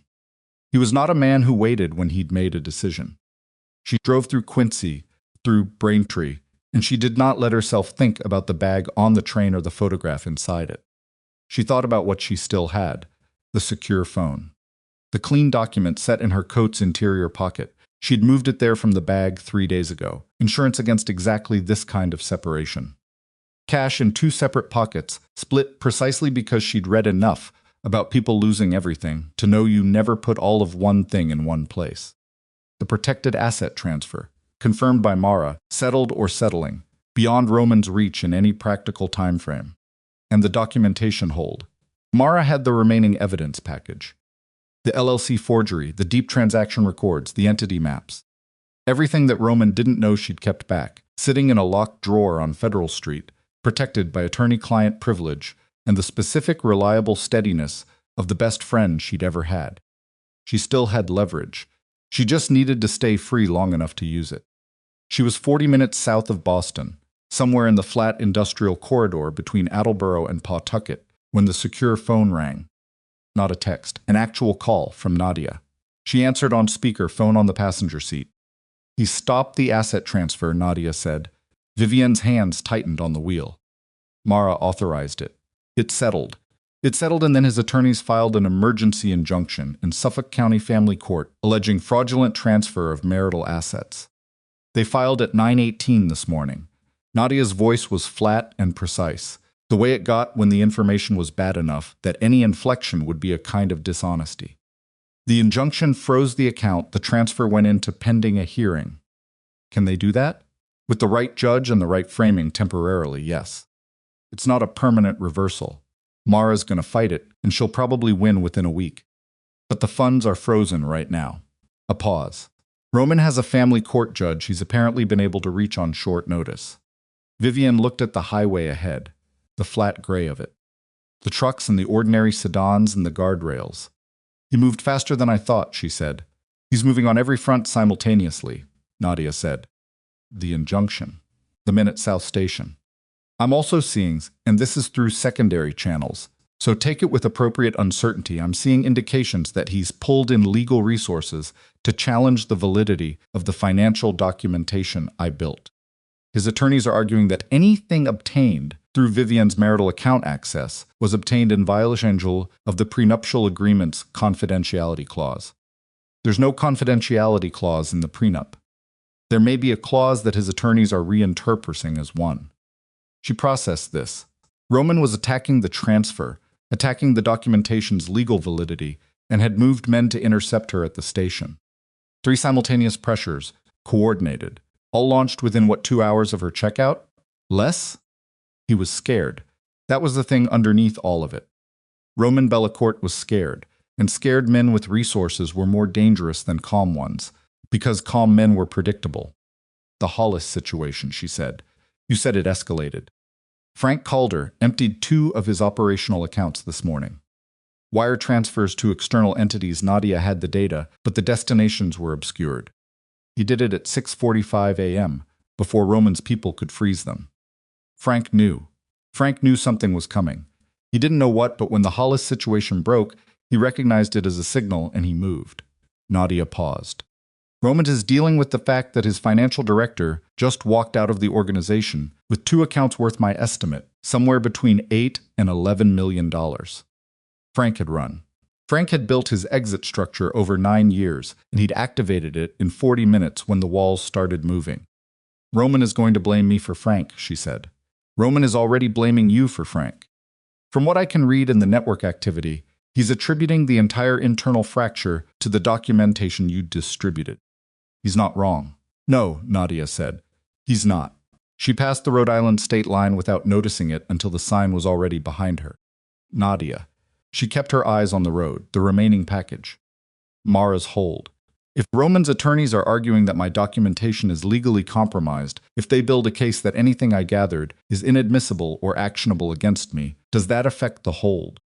The hold is structured as attorney work product under Mara's firm's protection. It's insulated from any argument about how you gathered the information, because Mara's the attorney of record and the confidentiality is hers. A pause. But if Roman pursues a case that involves Mara directly, if he argues she participated in a fraudulent scheme, the work product protection gets complicated. He'd go after Mara, he might. Nadia's voice was careful. If he concludes the hold exists, and if he can identify where it's being kept. Vivienne thought about Mara at her desk on Federal Street.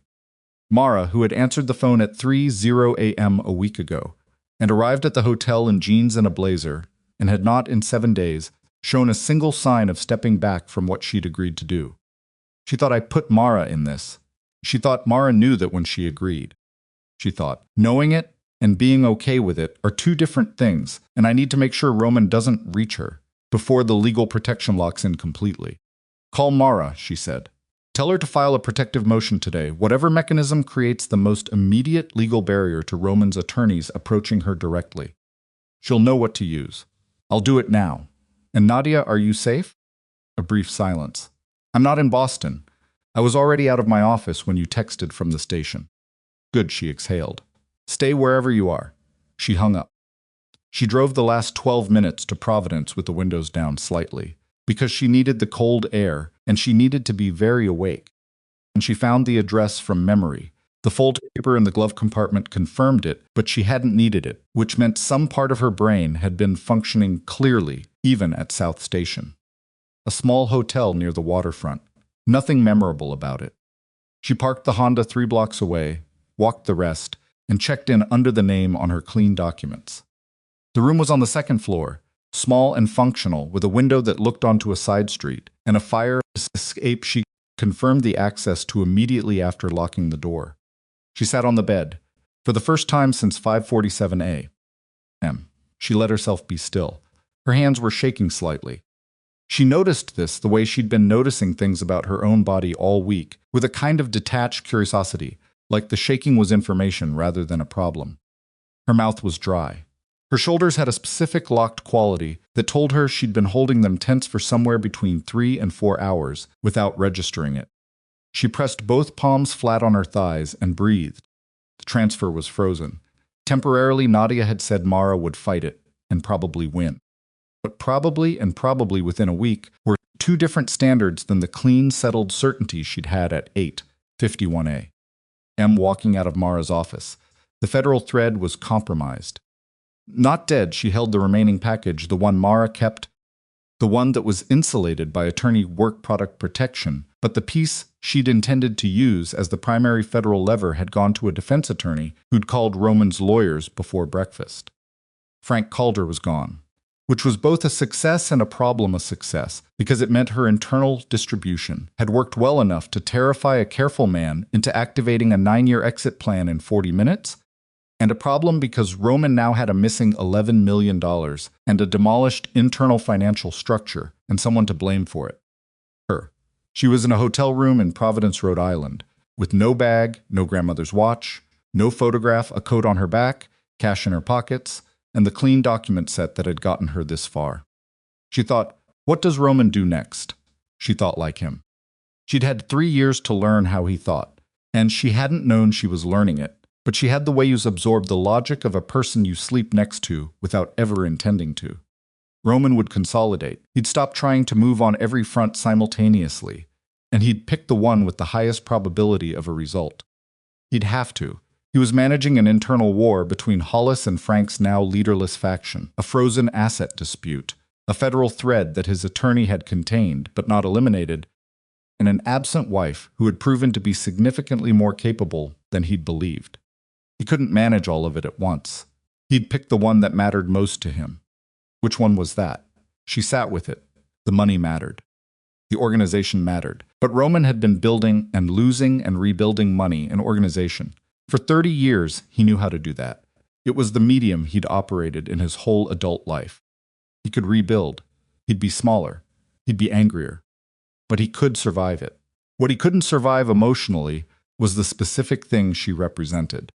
A woman who'd looked at his empire from the inside and decided it wasn't worth staying in. That was the thing Roman couldn't categorize. That was the thing that made him put men on a train platform at 9 in the morning instead of sitting with his lawyers doing the rational, organized work of containment. He was a man who understood leverage and consequence, and he'd built his entire sense of himself around the idea that he understood the people around him, that he could read them, manage them, predict them. Vivienne had been unreadable to him. For 7 days she'd been exactly what he'd needed her to be, and now she was gone. And she had things he hadn't known she had, and he couldn't see where she was or what she'd do next. That was what would make him reckless. She thought, I need him to come to me. The thought arrived with a clarity that surprised her. Not because she wanted confrontation, she didn't. But because Roman moving in every direction at once was unpredictable and exhausting and resource-intensive for both of them, and because the documentation hold was a deterrent that only functioned if Roman understood it existed and what it contained. Right now he was operating on partial information. He knew she'd distributed something. He didn't know how much she'd kept.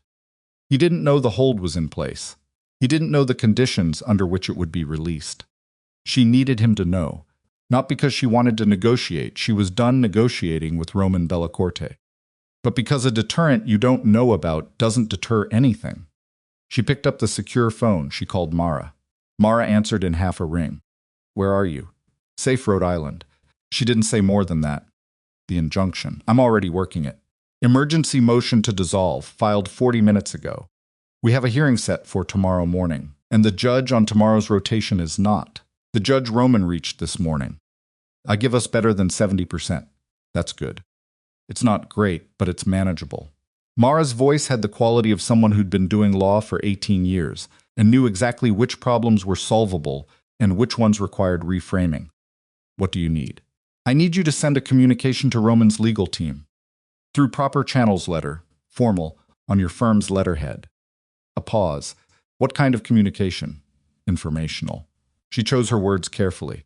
I want his attorneys to know that a documentation hold exists. That it contains material beyond what was distributed. That the hold has specific release conditions, and that those conditions will be triggered if any action is taken against me, against you, or against Nadia. Silence on the line. You're telling him you still have something on him, Mara said. I'm telling his lawyers, professionally, through proper channels. Vivienne, if Roman receives that letter, his first response might not be to stand down. It might be to accelerate.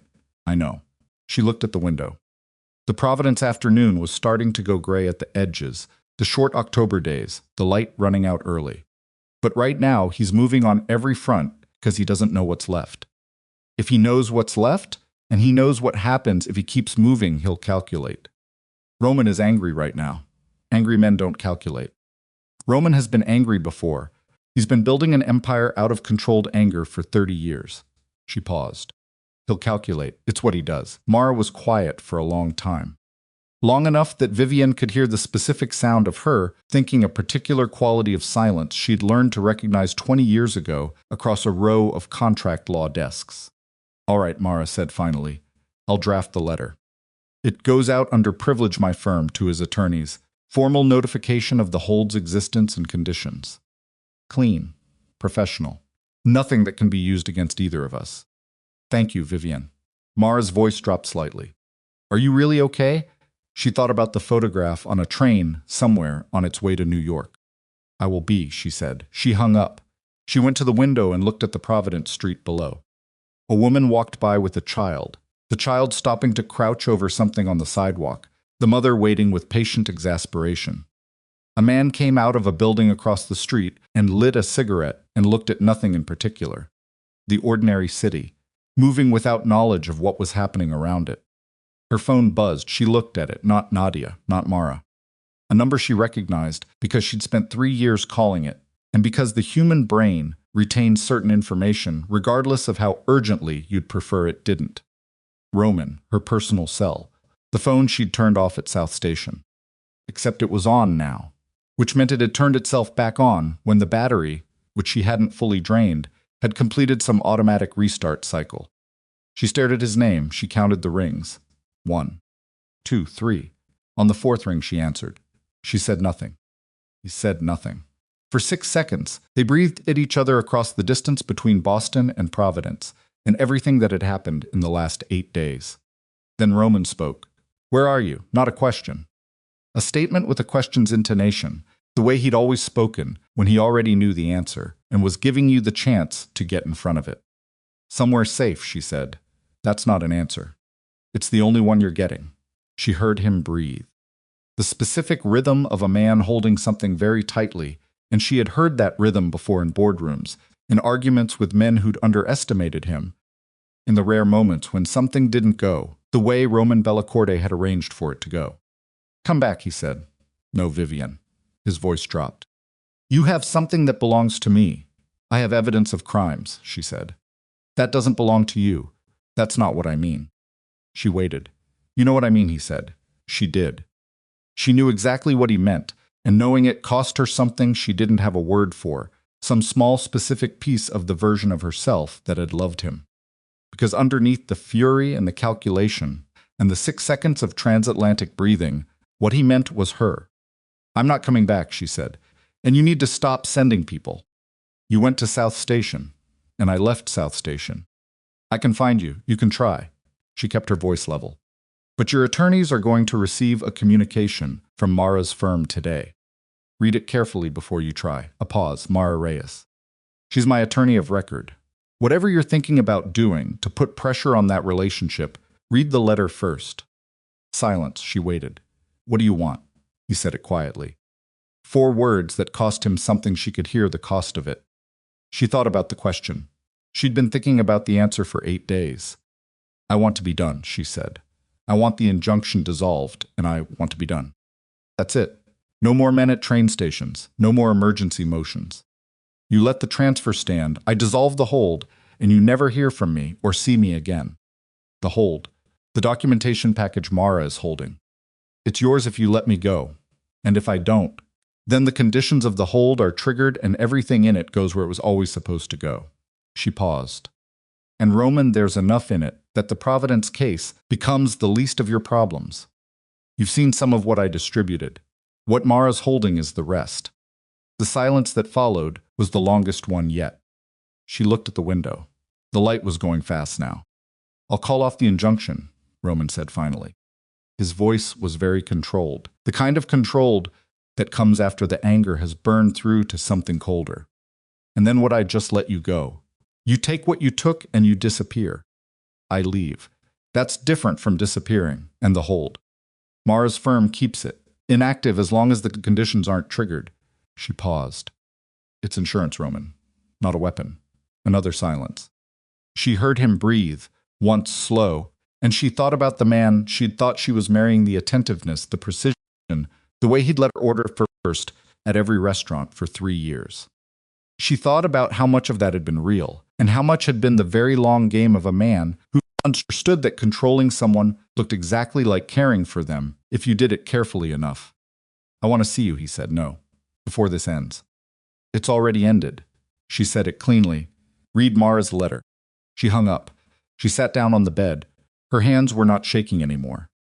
Outside, the last of the October light was leaving the Providence rooftops, pulling the color out of brick and water, and the ordinary architecture of a city that had no idea it was hosting the end of a marriage. She sat in the gathering dark and she did not move for a long time. Then the secure phone buzzed. Nadia, Roman's legal team, just contacted Mara's firm. They want to discuss the terms of the injunction withdrawal. Vivienne read it twice. She wrote back, "Tell Mara to listen. Don't concede anything yet." Then she put both phones down and looked at the ceiling and thought about Florence. She'd never been. She'd read about the Restoration Atelier's conservation work on paintings that had been damaged by time or water, or the simple accumulating negligence of centuries.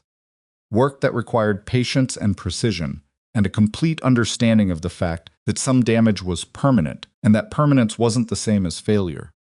She thought about it for a long time. Outside, someone on the street below was laughing at something, a sharp, genuine burst of it, real and uncomplicated. The laugh of a person who wasn't thinking about anything except whatever had just struck them as funny. Vivienne listened to it until it faded. Then she picked up the secure phone, and she sent one message to the contact number Nadia's person had given her for the next leg of the route. "I'm ready," she wrote, "tonight." The contact's name was Elsa. She arrived at the Providence Hotel at 8:40 p.m. in a dark green Subaru with Massachusetts plates and a trunk that smelled like packing blankets and long distances. She was 50-something, short, with the kind of face that had been weathered into something more interesting than it had probably started as deep lines around her eyes, gray in her hair that she hadn't bothered with, hands that moved with the economy of someone who'd been doing practical things for a long time. She didn't shake hands. She just looked at Vivienne in the doorway and said, "You travel light." "I lost my bag," Vivienne said. "Happens." Elsa turned and went back down the stairs. "Come on." They drove south out of Providence, then west, cutting through back roads that Elsa navigated without GPS or for hesitation, the routes of a person who'd memorized them the way other people memorized song lyrics, not by studying but by repetition. Vivienne sat in the passenger seat and watched Rhode Island give way to Connecticut in the dark and didn't ask where they were going. She'd find out when she got there. After 40 minutes, Elsa said, "You're the lawyer's wife." "Not anymore." Elsa made a sound that was almost a laugh. "They're never done with you. Not men like that.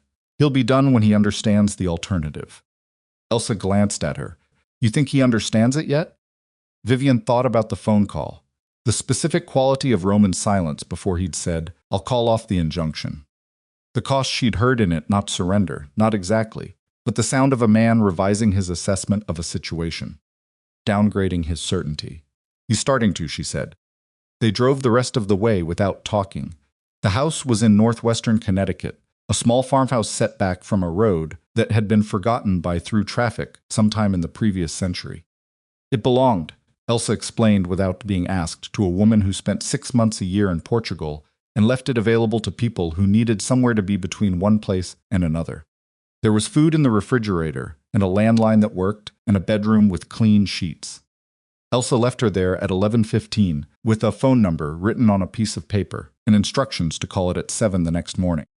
Vivienne stood in the farmhouse kitchen for a moment after the Subaru's taillights disappeared down the road.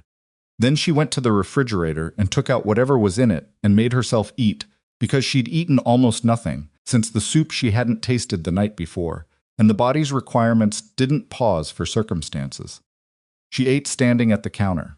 Leftover rice, and something that might have been vegetable soup, cold, eaten straight from the container. She didn't taste this either, but she ate all of it. Then she sat at the kitchen table and opened the secure phone. 3 messages from Mara sent over the past 2 hours. The first, Roman's team made initial contact. They want a full settlement discussion. I told them we'd respond tomorrow. The second, 40 minutes later, the injunction hearing is still scheduled for tomorrow morning. I'm leaving it on the calendar as leverage if they're serious about settlement. They'll move to withdraw it before we get to the hearing. The third sent 20 minutes ago. Are you safe? She wrote back to the third one. Yes. Connecticut. Call me when you wake up. Then she sat in the farmhouse kitchen in the quiet of rural Connecticut at 11:30 at night, and she thought about everything that needed to happen in the next 72 hours. The injunction had to be dissolved. The settlement terms had to be negotiated, not what she was owed under the prenup, which was limited, but the terms of a full separation that covered the asset transfer, the dissolution of the LLC in her name, and the legal protection she needed going forward. Mara would handle most of that. Mara was very good. The documentation hold had to be maintained exactly as she'd told Roman it would be. Not deployed. Held. As long as he stayed out of her life, it stayed in Mara's drawer. She thought about whether she trusted that. Whether Roman, once the immediate crisis passed, would decide that the rational move was to find some surgical way to reach the hold and neutralize it, some legal argument, some pressure on Mara's firm, some angle she hadn't anticipated. She thought about it for a long time. She decided probably not. Not because Roman was trustworthy, but because Roman was rational, and the rational calculation was clear. The cost of pursuing her was higher than the cost of letting her go. She'd made sure of that. What she couldn't fully control was what happened to Roman's organization. In the months, the Hollis and Frank Calder fallout, the Providence case thread, the federal interest that might revive, once the right package reached the right desk, through a path that didn't go through a defense attorney. Those were forces she'd set in motion, and she'd set them in motion deliberately, and they would run their own course. She wasn't responsible for where they went. She closed the secure phone. She went to the bedroom with the clean sheets, and she took off her coat, still wearing the dark slacks and gray blouse she'd put on that morning in the hotel, which felt like approximately 4 years ago, and she lay down without getting under the covers, and she looked at the ceiling of a stranger's farmhouse in Connecticut. She thought about Celeste Navarro. She hadn't spoken to Celeste since that single phone call 6 days ago. She didn't know what Celeste would do now, whether she'd stay in whatever arrangement she had with Roman, whether she'd leave, whether the disruption of the past 24 hours had reached her. She hoped Celeste left. She had no mechanism to ensure it. Some situations you could influence and some you just had to release. She thought about Victor Calabrese. Victor had given her the window at South Station, told her the 10 o'clock train, which gave her enough warning to move. And then someone had closed that window early, and 2 men had been on the platform before the 10:45 departure. She didn't know if Victor had been the one who told Roman she'd checked out. Possibly. Probably. Victor's primary loyalty after 17 years was to the organization or to his own code, which was a related but different thing. He'd given her what he could, and then he'd done his job. She couldn't be angry at him for that. She understood the logic of it too well. She thought about Nadia. Nadia had made one mistake, the federal contact. A misread case filing, an 8-month-old status change that hadn't propagated into the public records the way it should have. It was the kind of error that happened when you were working fast, under pressure, with incomplete information. Vivienne had been the one who set the timeline. She'd been the one who told Nadia to speed up. The error was both of theirs. It had cost them the primary federal thread. It hadn't cost them everything. The documentation hold still existed. The Hollis thread had worked. Roman's internal organization was fractured in ways that would take months to stabilize, and a destabilized organization was less capable of mounting any kind of offensive against her. The asset transfer was contested, but would probably survive tomorrow's hearing. Probably. She thought, I did not do this perfectly. She thought, I did it well enough. The two things were different, and she needed to live with both of them. She was asleep before midnight, which surprised her, dreamlessly, in the deep way of a body that has decided it's finished for the day, regardless of what the mind thinks. Mara called at 6:58. Roman's team withdrew the injunction motion. At 11 o'clock last night, she said. The hearing is vacated. The transfer is free. Vivienne sat up. The farmhouse was gray morning quiet around her. He moved fast, she said. He had the letter. Mara paused. His lead attorney called me personally. Off the record. She said Roman read the letter twice, and then he sat for about 20 minutes, and then he told them to withdraw. Did she say anything else? She said, and I'm quoting, because I wrote it down, that her client acknowledged the documentation hold as a valid legal instrument and had no intention of triggering its release conditions. A pause. Those were Roman's words, apparently, passed through his attorney. It's not binding, but it's Roman, communicating through proper channels, in the language he uses when he means something. Vivienne looked at the window. The Connecticut morning was coming in thin and clean, the particular quality of autumn light in rural places, honest, unfiltered, a little severe. He's accepting it, she said. He's accepting the terms as you laid them out. Mara was quiet for a moment. He also made one request. Not a condition, his attorney was very clear. It was a request, not leverage. What, he wants to see you once. Before anything is finalized. Vivienne was quiet. He said Florence, Mara added. He said he'll come to wherever you are. No security. No attorneys present. Just a conversation. She didn't answer right away. She thought about the phone call from the hotel room in Providence. I want to see you. She'd said no, she'd meant it when she said it.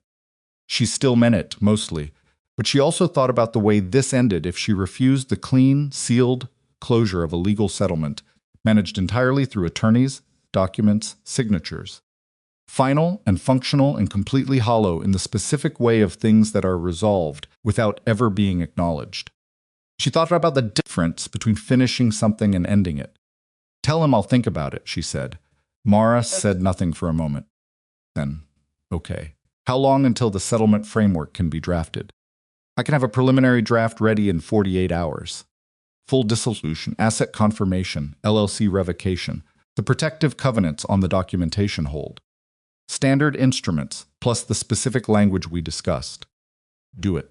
She stood, stretched, felt the specific complaint of a body that had slept in its clothes on an unfamiliar mattress after several days of sustained crisis. I'll call you tonight. She hung up and called the number Elsa had left her. The next leg of the route, a flight from Bradley International, west of Hartford, that afternoon. Not a direct international flight. A domestic leg to Atlanta, then overnight in a transit hotel, then the morning flight to Rome. Rome to Florence by train. 72 hours from now, she'd be in Italy. She thought about that while she showered in the farmhouse's small bathroom, the water pressure unreliable, but the water hot, which was what mattered. She thought about the word Florence, the way you turn a stone over to see what's under it.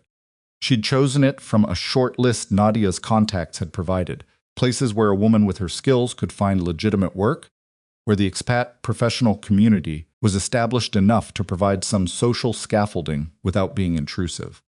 She'd chosen it because of the restoration ateliers.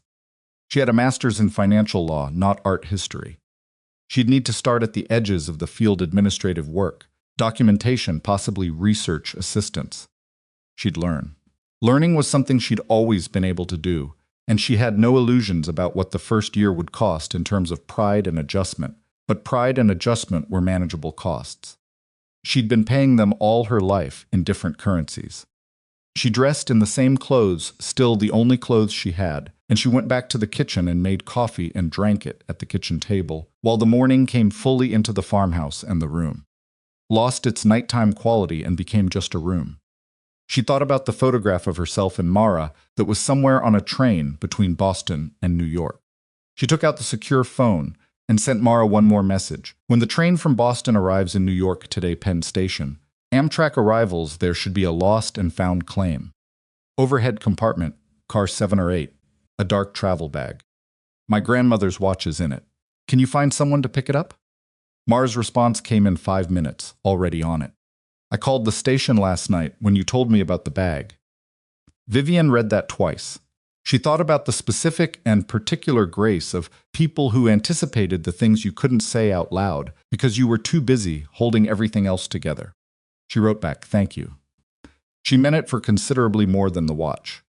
The flight from Bradley was unremarkable. She boarded with the clean documents, sat in a window seat, watched Connecticut fall away beneath the plane, and then the entirety of the eastern seaboard compress into something abstract and unreal.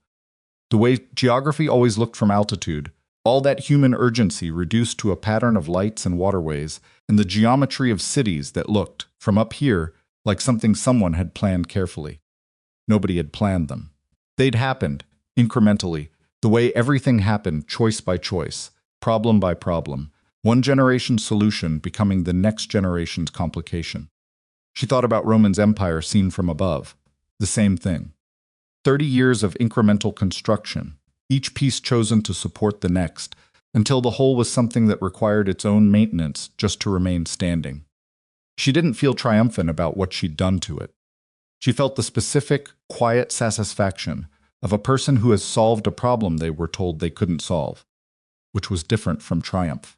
Triumph required an opponent.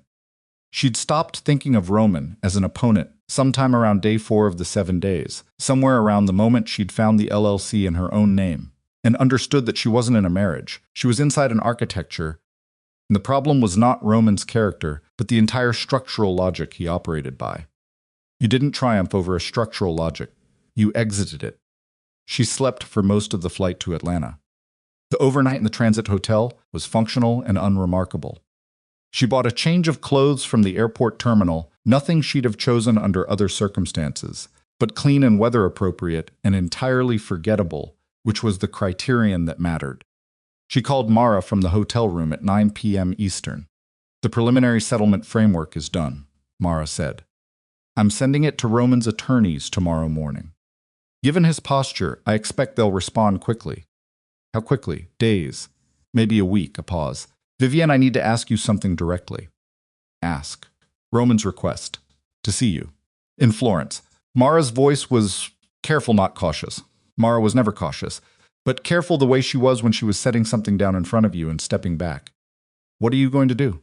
Vivienne looked at the generic hotel room ceiling. White acoustic tile, the kind of ceiling that had been in several thousand moments of other people's lives that had nothing to do with hers.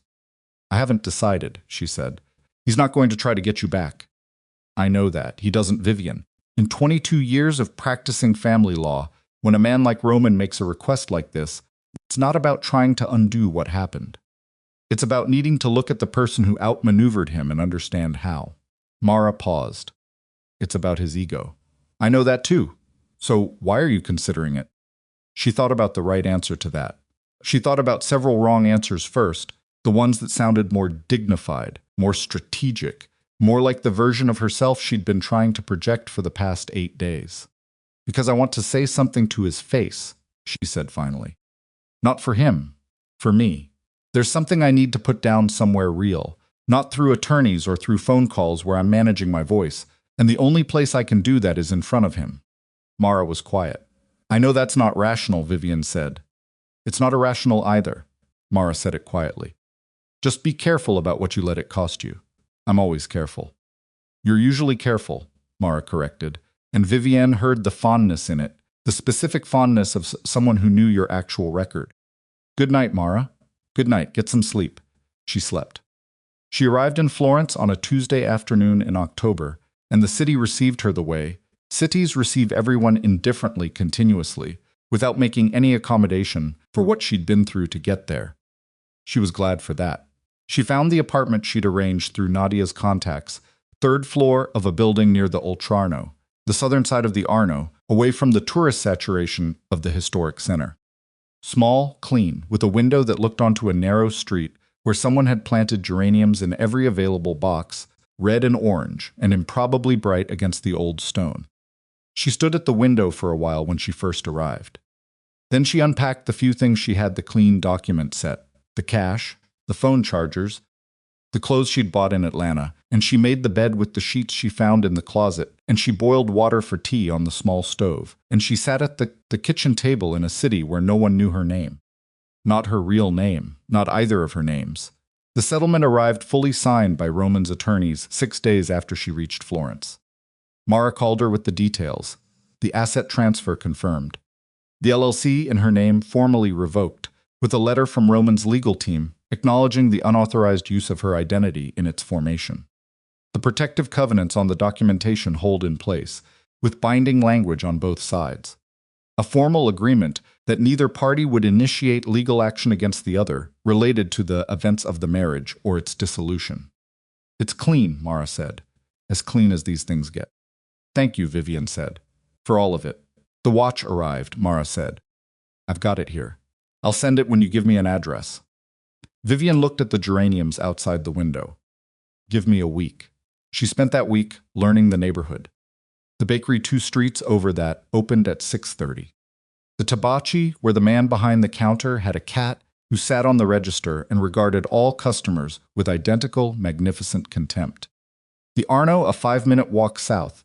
She went every evening because something about moving water had always helped her think, and she had a lot still to think through.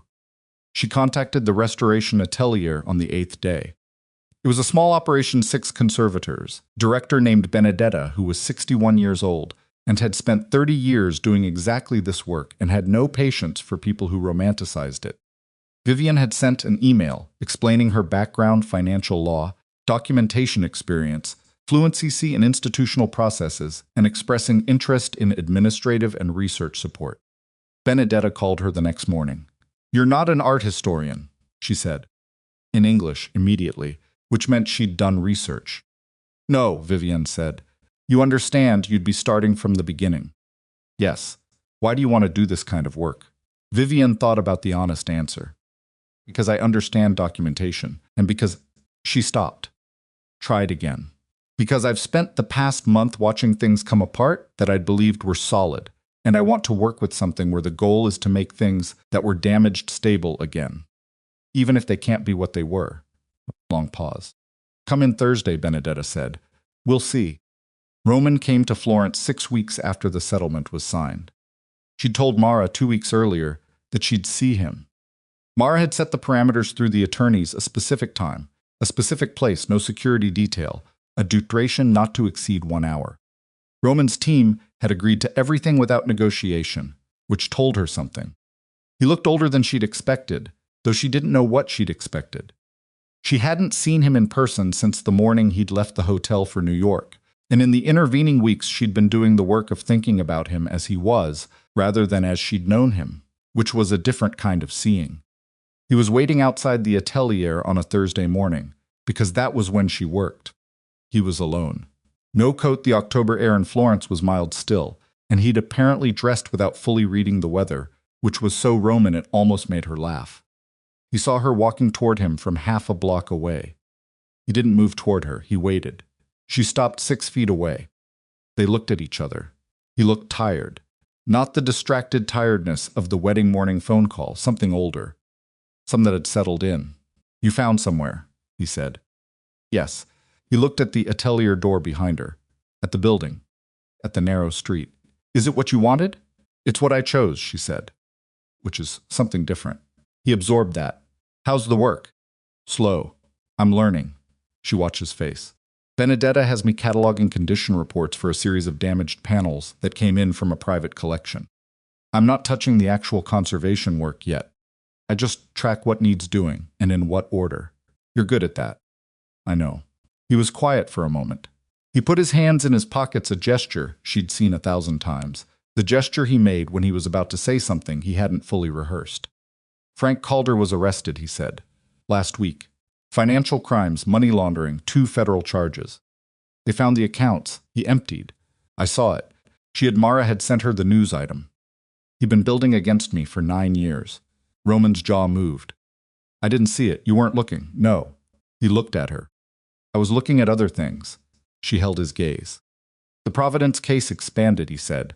"The transaction threads your—" He paused. "The documentation that went out. Some of it reached the right people eventually. Through Hollis, through some channels I don't fully understand. There's a federal interview process that my attorneys are managing." He said it straightforwardly, not as complaint or accusation. "Just information. It's going to cost me a significant portion of the operations I had in 3 states." "I know. Did you know it would go that far?" "I didn't control where it went," she said.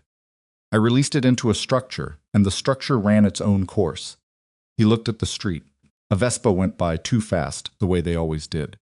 "My attorneys tell me the documentation hold is still in place." "It is. If I hadn't," he stopped. "If you hadn't stopped," she finished for him, "the hold would have been released, and the remaining material would have accelerated every federal investigation currently adjacent to your name." "Yes." She paused. "That was the point, Roman." He looked back at her. "I know," he said it simply. "I understood that when I read the letter." She waited. "I want you to know something," he said. He said it carefully, like a man who has rehearsed this and knows it still might come out wrong. "What I did, the structure of it, what I used the marriage for. What I used you for." He stopped again. Started again. "I told myself it was separate, that the way I felt about you was real, and the rest of it was business. I told myself that for 3 years, and I believed it because it was easier to believe." "I know," she said. "It wasn't separate. No. And what I did to select—" His voice shifted slightly. "She left. Permanently. 2 weeks," she said. He stopped. What did she say? that she was tired of loving a man who was always managing her. He looked down at the street. She said it very calmly. That was the thing about it. She wasn't angry, she was just done. Vivienne thought about Celeste's voice on the phone. The specific evenness of it. The woman who'd called to give her Roman's schedule and said be careful before she hung up. She's going to be okay, Vivienne said. She meant it. Roman looked at her for a long moment. Are you? She thought about the question honestly.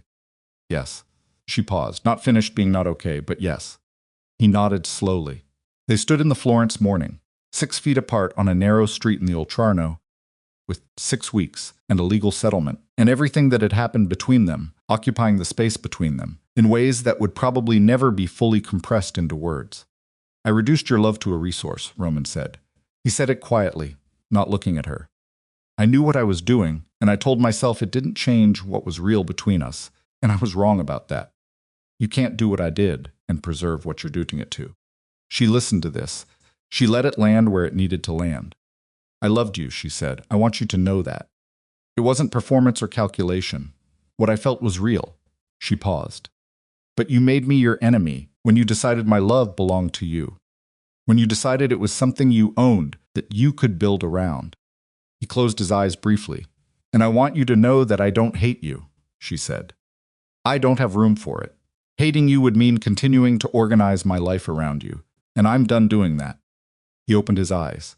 He looked at her with the specific expression she'd seen on his face exactly once before the night, about a year into their relationship, when his first wife's mother had called to say she was dying, and he'd sat in the kitchen for 2 hours without speaking, and then looked up and said, I don't know how to do this.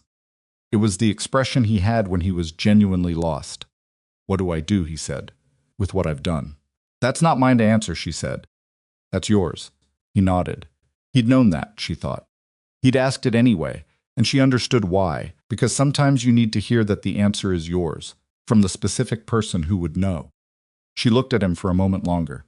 Take care of yourself, she said. And she meant it, with the same simplicity that she'd meant. I loved you not as warmth, not as invitation, but as the honest conclusion of a real thing that had happened and was over. She went inside. She did not watch him leave. She heard from Mara 3 months later that Roman's organization had been restructured significantly under the terms of a federal agreement. Several operations closed, financial oversight imposed through an independent monitor. Roman cooperating, his attorneys characterized it with the requirements of the agreement. He hadn't tried to reach her. The documentation hold remained in Mara's drawer. Inactive. The release conditions had not been triggered and showed no sign of being triggered. Mara also told her, in the same conversation, that Victor Calabrese had left Roman's organization.